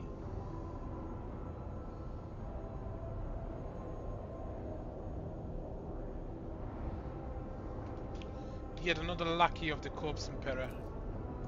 They call you a hero, an empty world of worthless pedestal amongst the hundreds like it, all built by the lackeys of the false god in their hubris and ignorance. This pedestal will soon become a sacrificial altar, and you will become yet another reminder of the expanse that no hero can save you from the truth. The giant's voice causes the storm raging around you to die down somewhat, as if very sound of the voice is enough to make the will subside. You glance at the huge warrior and notice on his chest a widening azure symbol. The shades of blue seem to glimmer and mingle together. I am the sovereign of Kiavagama. This is my world, not a dominion of chaos. Oh, clinging to illusion will do you no good. The ritual have already been performed. The mortals are already singing the litanies of the primordial truth or decorating the sacrificial altars with the flesh. Kiavagama, as you call it, is already saturated in the nectar of the truth, a fate that awaits all worlds that would stand in our way. What do you want with me? I want to look upon the one who has disturbed my flogged duties and my master's plans. That warrior from the Legion, the fabricator says, you think of their death as a triumph. However, it is but a minor hindrance on our path. There are other worlds that serve our goal. There are other sources of plasteel and adamantine. Reveal it in your victory. Revel in your victory. You will change nothing. Nevertheless, the blood in your veins whisper to the spirit that you warrant to closer look. Yes, you are descendant of the rogue trader whose warrant Kundrad Vogtvir sought to obtain. By defiling the relict and binding it to himself with the theatres of the Empyrean, he was meant to become my servant, a rogue trader who would do the work of the truth. But then you interfered. Could it be that you wish to gain the true God's favor instead? Do you wish to present the corpse relic to me and serve the truth? Here you, very blood calling, begging you to subside to me. What would be the point of futile defiance?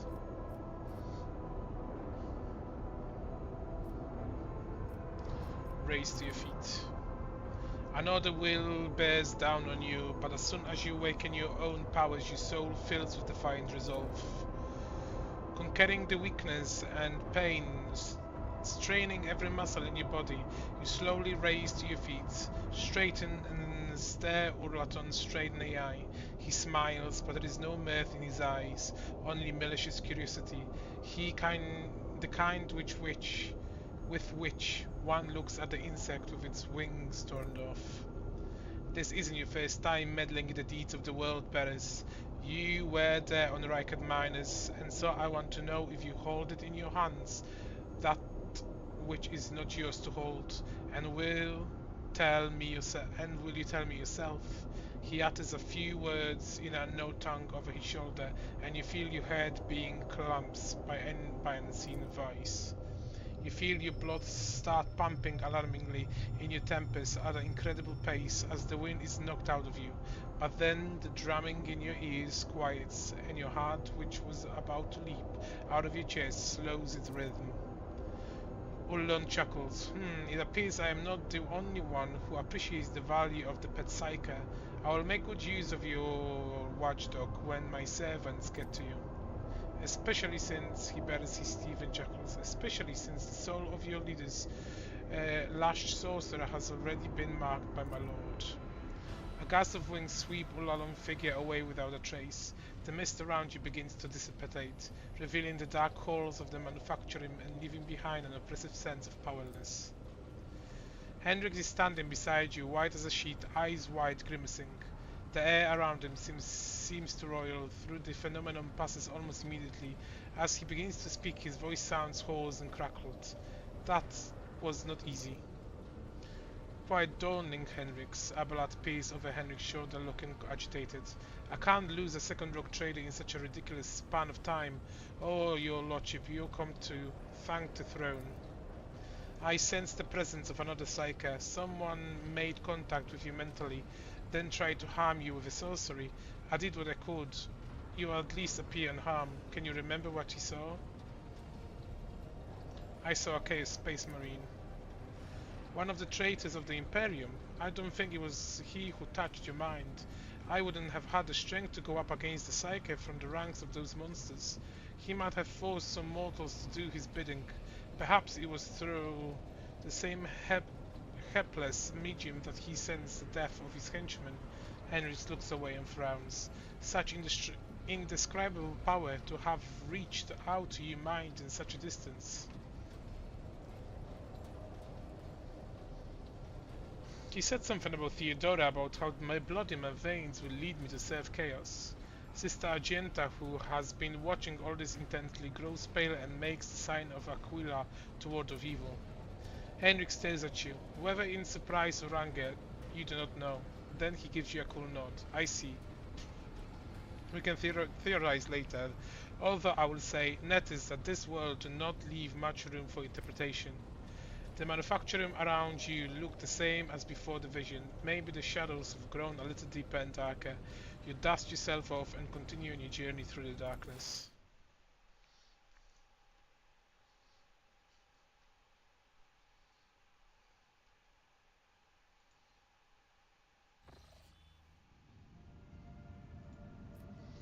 The world industrial hearts have fallen, a corruption have been, but numerous faint vox signals from the periphery indicate that the planet's small manufacturing cluster survived without succumbing to the heretics.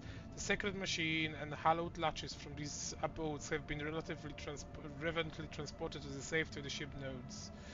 Holds. The fate of Kivagama hangs in the balance.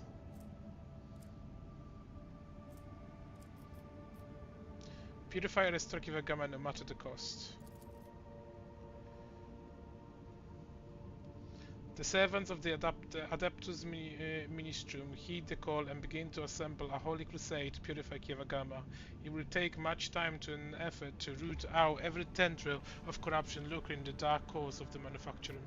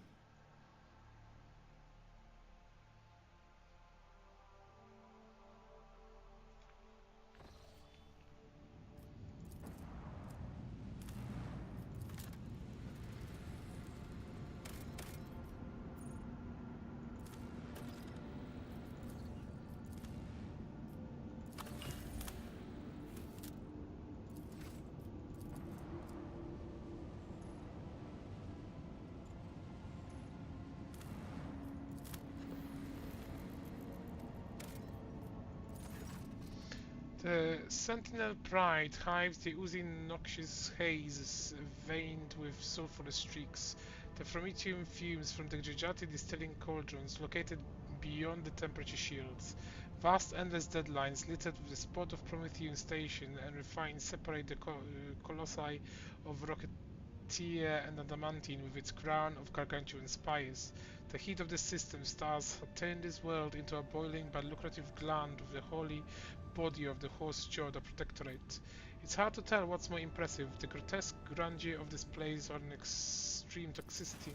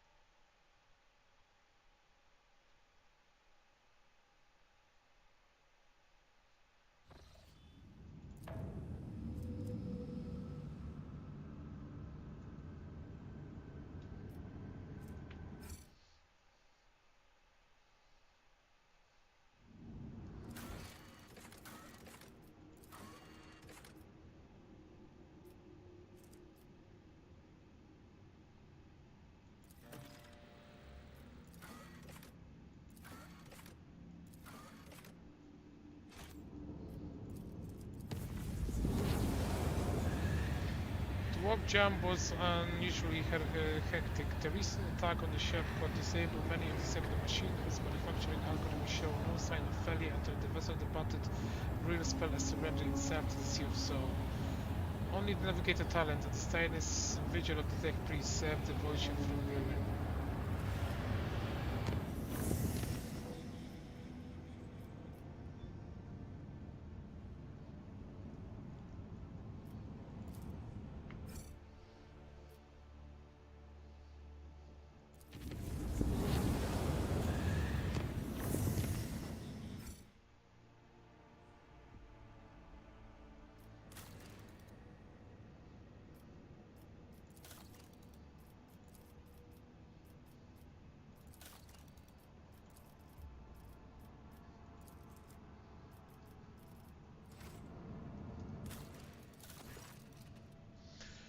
Lord Captain, the tech priests have made a sinister discovery on Kivagama, a blasphemous machine built at the behest of the wicked Kubis Delphim. This mechanism, capable of picking up the whispers of the warp, it seems to occasionally transmit a discordant binary melody into the nowhere, but no encrypted data or other threats have been detected. It seems to be functional side effects of sorts. Of course, the idea of using the machine instead of Astrophaf to contact the voices of the world may seem tempting, but this machine is teeming with corruption. Its fuel tanks are satisfied with the liquefied souls for your subject. It has enough for now, but some days it will have to be refilled.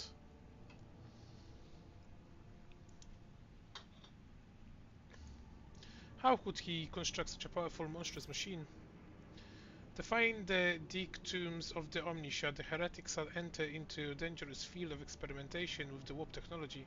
It is dangerous knowledge, but the ancient and incredibly complex Vox core of the machinism is much older than Delphin is. He had probably found it here and made use of it fulfilled his needs. Or is the risk of using the machine? Typical of contact with the Immaterium, it intercepts information from the warp, which puts the minds and soul of the staff serving the machine in jeopardy. The warp is treacherous. What does my retinue think about it? On behalf of the Inquisition, I hereby declare a ban on any contact with the device. It must be removed and given to our acolytes. Normally that would be all, but I will explain further. Out of respect for you, the Inquisition can reap benefits from the heretical machine. Our trained acolytes are able to carry a vigil near it, carefully listening to the dark whispers and the spirit of the Immaterium without succumbing to their corruption. We could discover the plans, the Wonder Rock Trader, whenever the threat would loom over his domain. The demons want us to hear the vile speeches. Let them hear our righteous cry. Nethys, let me summon the most zealous preachers who would decide their lives and zeal to reading a litany of fury and rage of this machine, let the inhabitants of the warp hear us and fear us. This blasphemous creation has to be anathemized and destructed. In the name of the Total Knowledge Acquisition, the principles of this work must be inspected beforehand in a great secrecy, requesting the right to investigate the heretical device before disposing of it.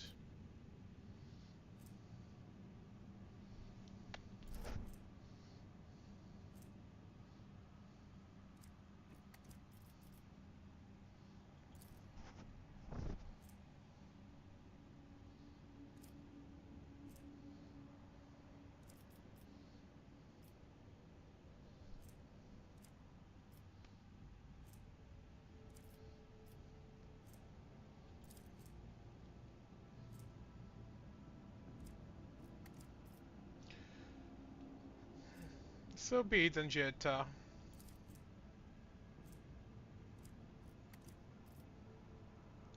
Shake the warp with a worthful sermon in the honor of the Emperor. May the wicked cower in fear. What are you doing?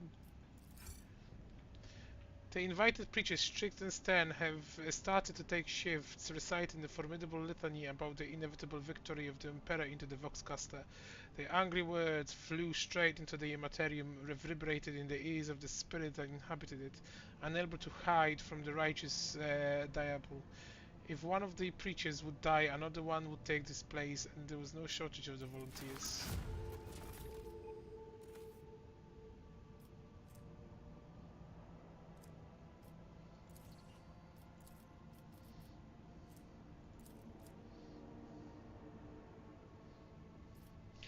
Only the revered and marvelously equipped Tempest of the Adeptus Machinis earned the right to become chapels of enumeration. Underneath the majestic vaults, cybers exert devastation, wreck digital rakshas, while Deathless awake the spirits of the blessed cogitators with their arithmetical images. What? Yeah, we can build that for now.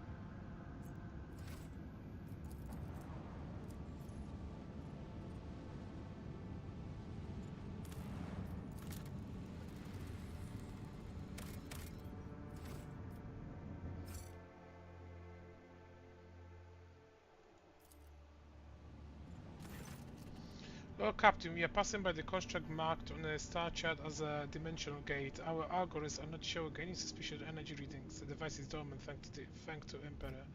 What is this gate?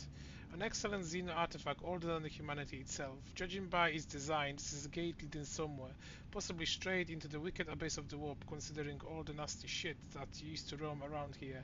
Many captains, Her Ladyship Theodora included, have tried to reveal its secrets, but it seems that no one could figure out how it works. Good for them, if you ask me. What was Theodora interested in?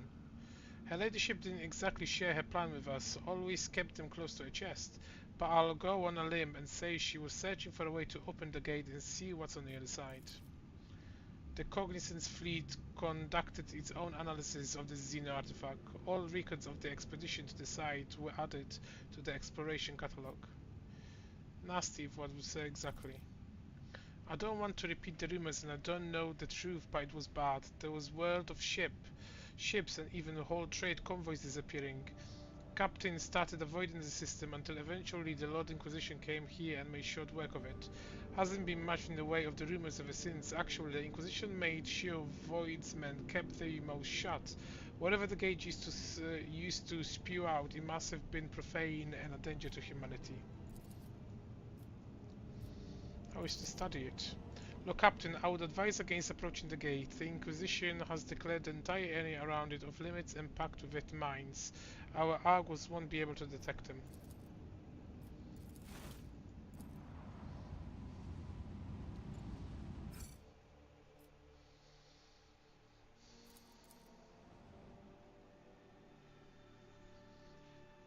Oh, a little monster.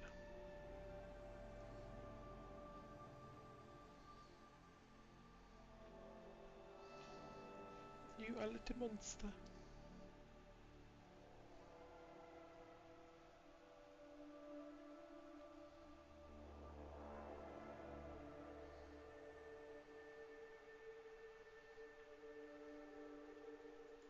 Enemy contact! All hands, make ready to unleash our fury!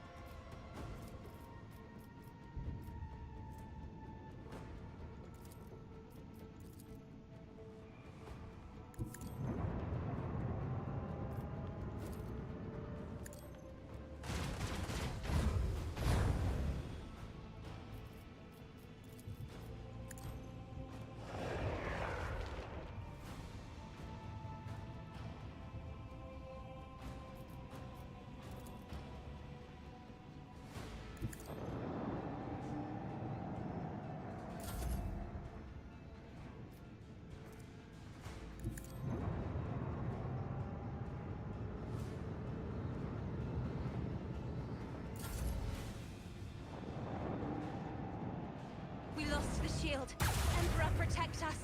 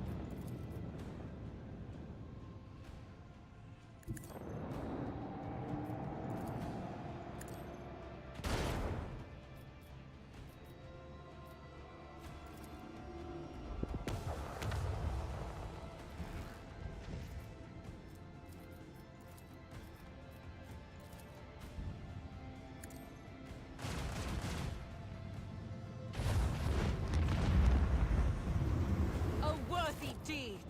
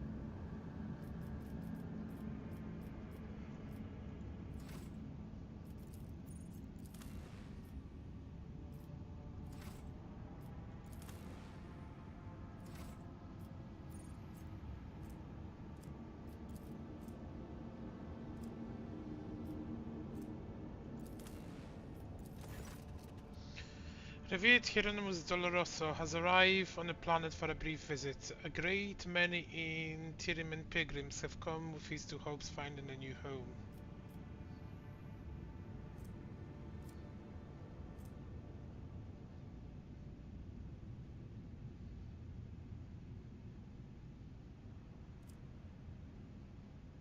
Organize the Grand Mass burning of blasphemies in the week of faith. The current spiritual favor has impressed many of the pilgrims and they have decided to stay on the Rock Trader planet. Revered Hieronymus departed for another world, taking the rest of the faithful with him in a search for planets that could become their home.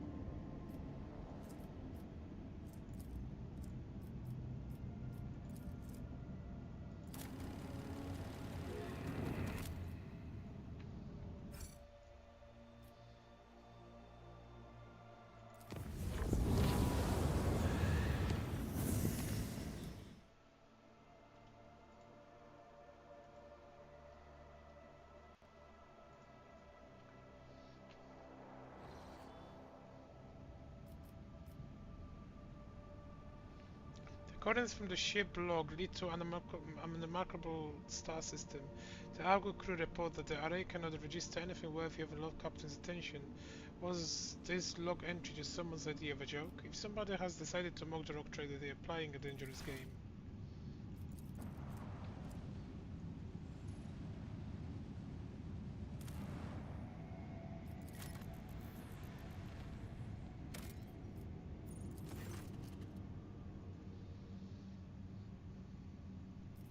The cogitator's screen highlights the shape of a several building. The small settlement, the only one on the planet, is the Winterscale Dynasty outpost. Where is the outpost? After a lengthy descent to the planet, you are rewarded with a dismissal site. The entire outpost consists of long columns of uniform bunkhouses, machine beggars, and a large headquarters topped with a massive antenna on an ancient voxcaster. The binary suns hanging in the sky make every object cast two shadows, a spectacle to you find vaguely disturbing. The custodian and his people go out of their way to give the esteemed guests proper reception, but the resources are scarce as best. The custodian shares alarming news. The outpost is highly dependent on the various deliveries from the core Winterscale worlds, but 2 ships have already failed to arrive on schedule. The locals do not have the astropath on their own, so the custodian cannot determine the cause of the delays or request aid. The outpost will soon run out of food at this rate, so the custodian sends an urgent request for provisions. He is begging you to help, offering what little his settlement has in exchange.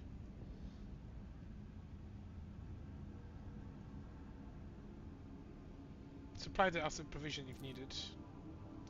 The custodian showers you with gratitude and Hudson gives in return. The formerly grim Wally's Very nice.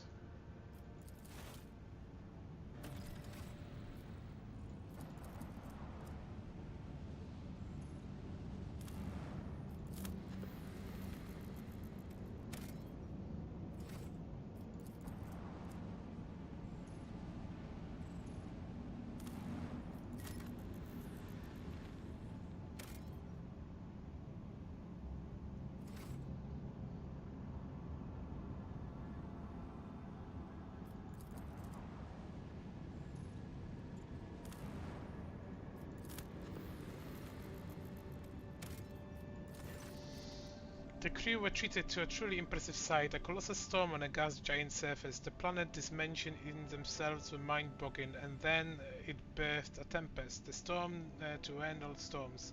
The log captain and his officers observed it from a safe distance through the bridge, huge viewing windows. Someone suggested giving a name, the Emperor's Wrath. Garnered the most votes. Some in the crew believed the storms to be an omen. We can only hope it's an omen of a great things to come.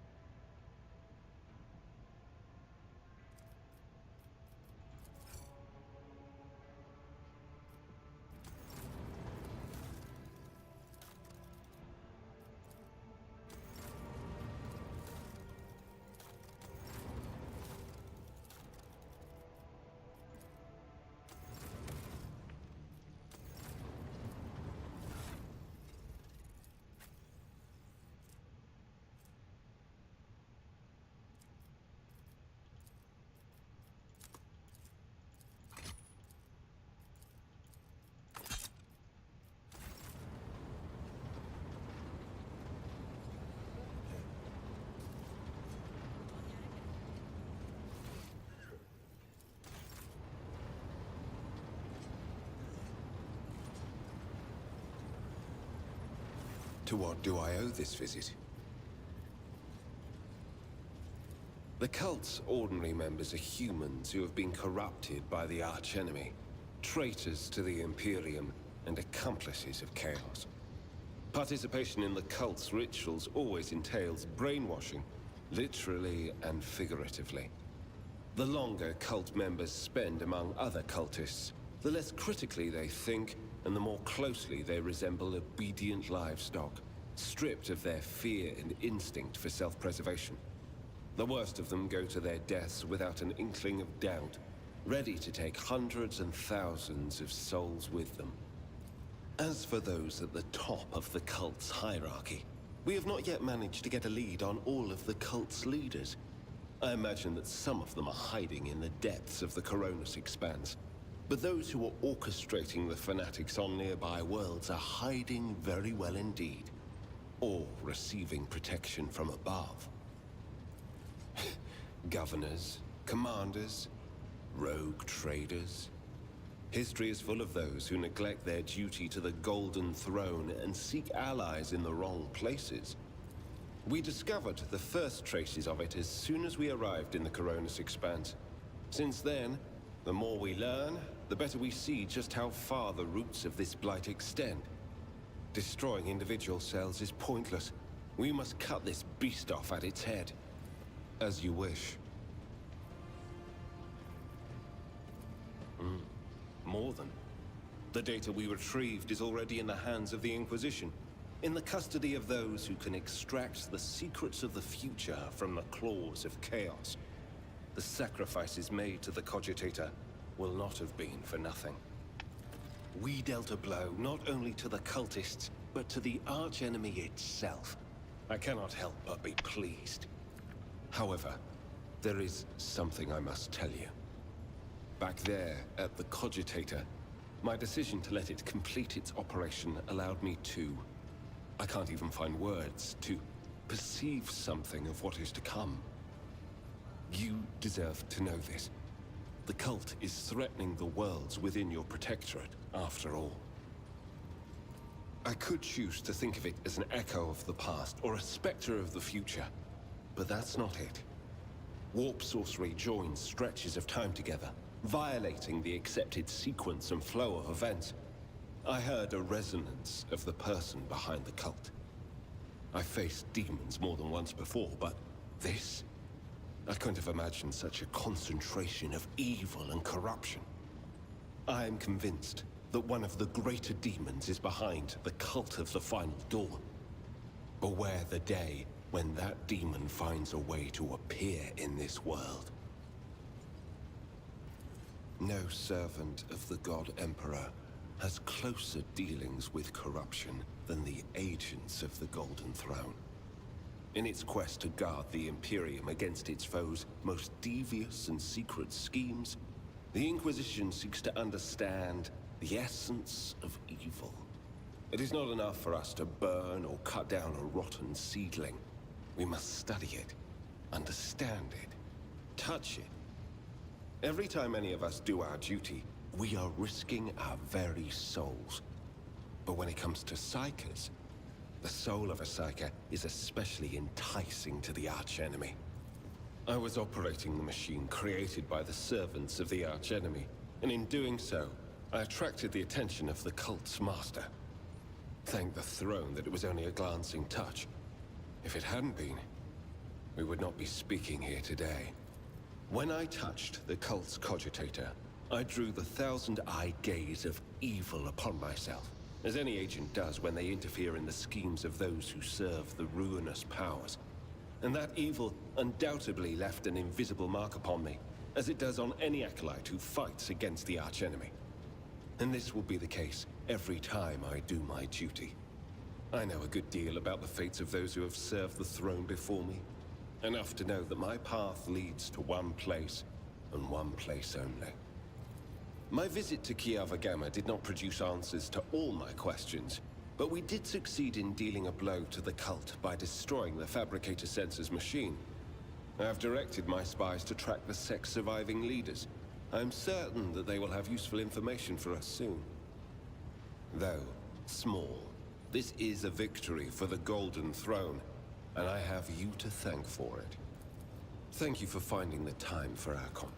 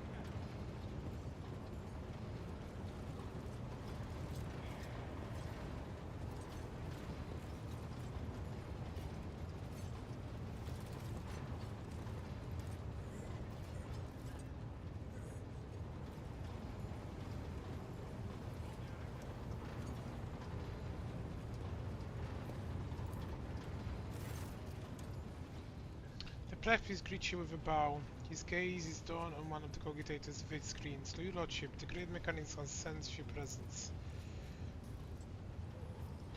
And what is it supposed to mean? The machine spirit has recognized the one who stands before it. The previous staging of Sacred Code signifies a greeting as well as acknowledgement, and you have successfully completed a certain task. Now a Great Mechanism stands ready to proceed your request. What task? The answer lies beyond the bounds of my knowledge. The tech priest looks back at the cogitator. My suspicion is that it might have something to do with your recent travels. How does it sense my presence? The mechanism was molded in the forge of Adaptus Mechanicus so that might serve the rock trader. It was your presence that his machine spirit first manifested itself, a miracle of the Omniscia and a testament to his glory. Enough of this, I wish to inquire about something else. Access the data from Kravagyama. The Great Mechanism has transformed the secret data into format that can be comprehended without the assistance of servant of the Omniscia.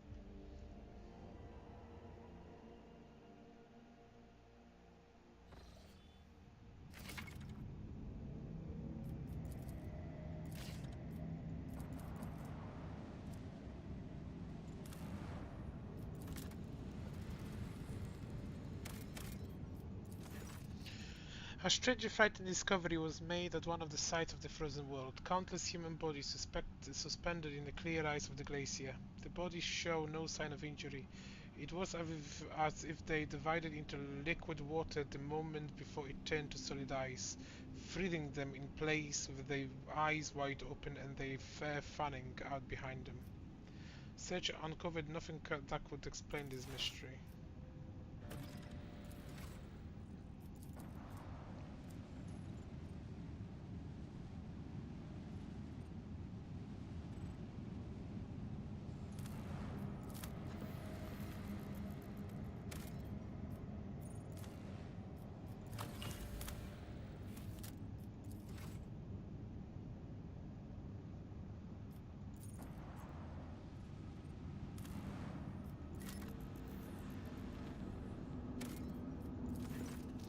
When the Rock Trader ship approaches the Adaptus Mechanicus Void Station, it is met with the hostile security and station defense lasers. An explorator Lex Mechanic, who introducing himself as a service unit 7642, dispassionately inquires how the station can be used to the Rock Trader. Upon consuming data from the station main cognitive resonance service unit 42 confirms that the station requires rare transmitted elements of a natural gas for research, and for its part the station cannot offer the Rock Trader anything in exchange for the moment, but the adaptive mechanism presents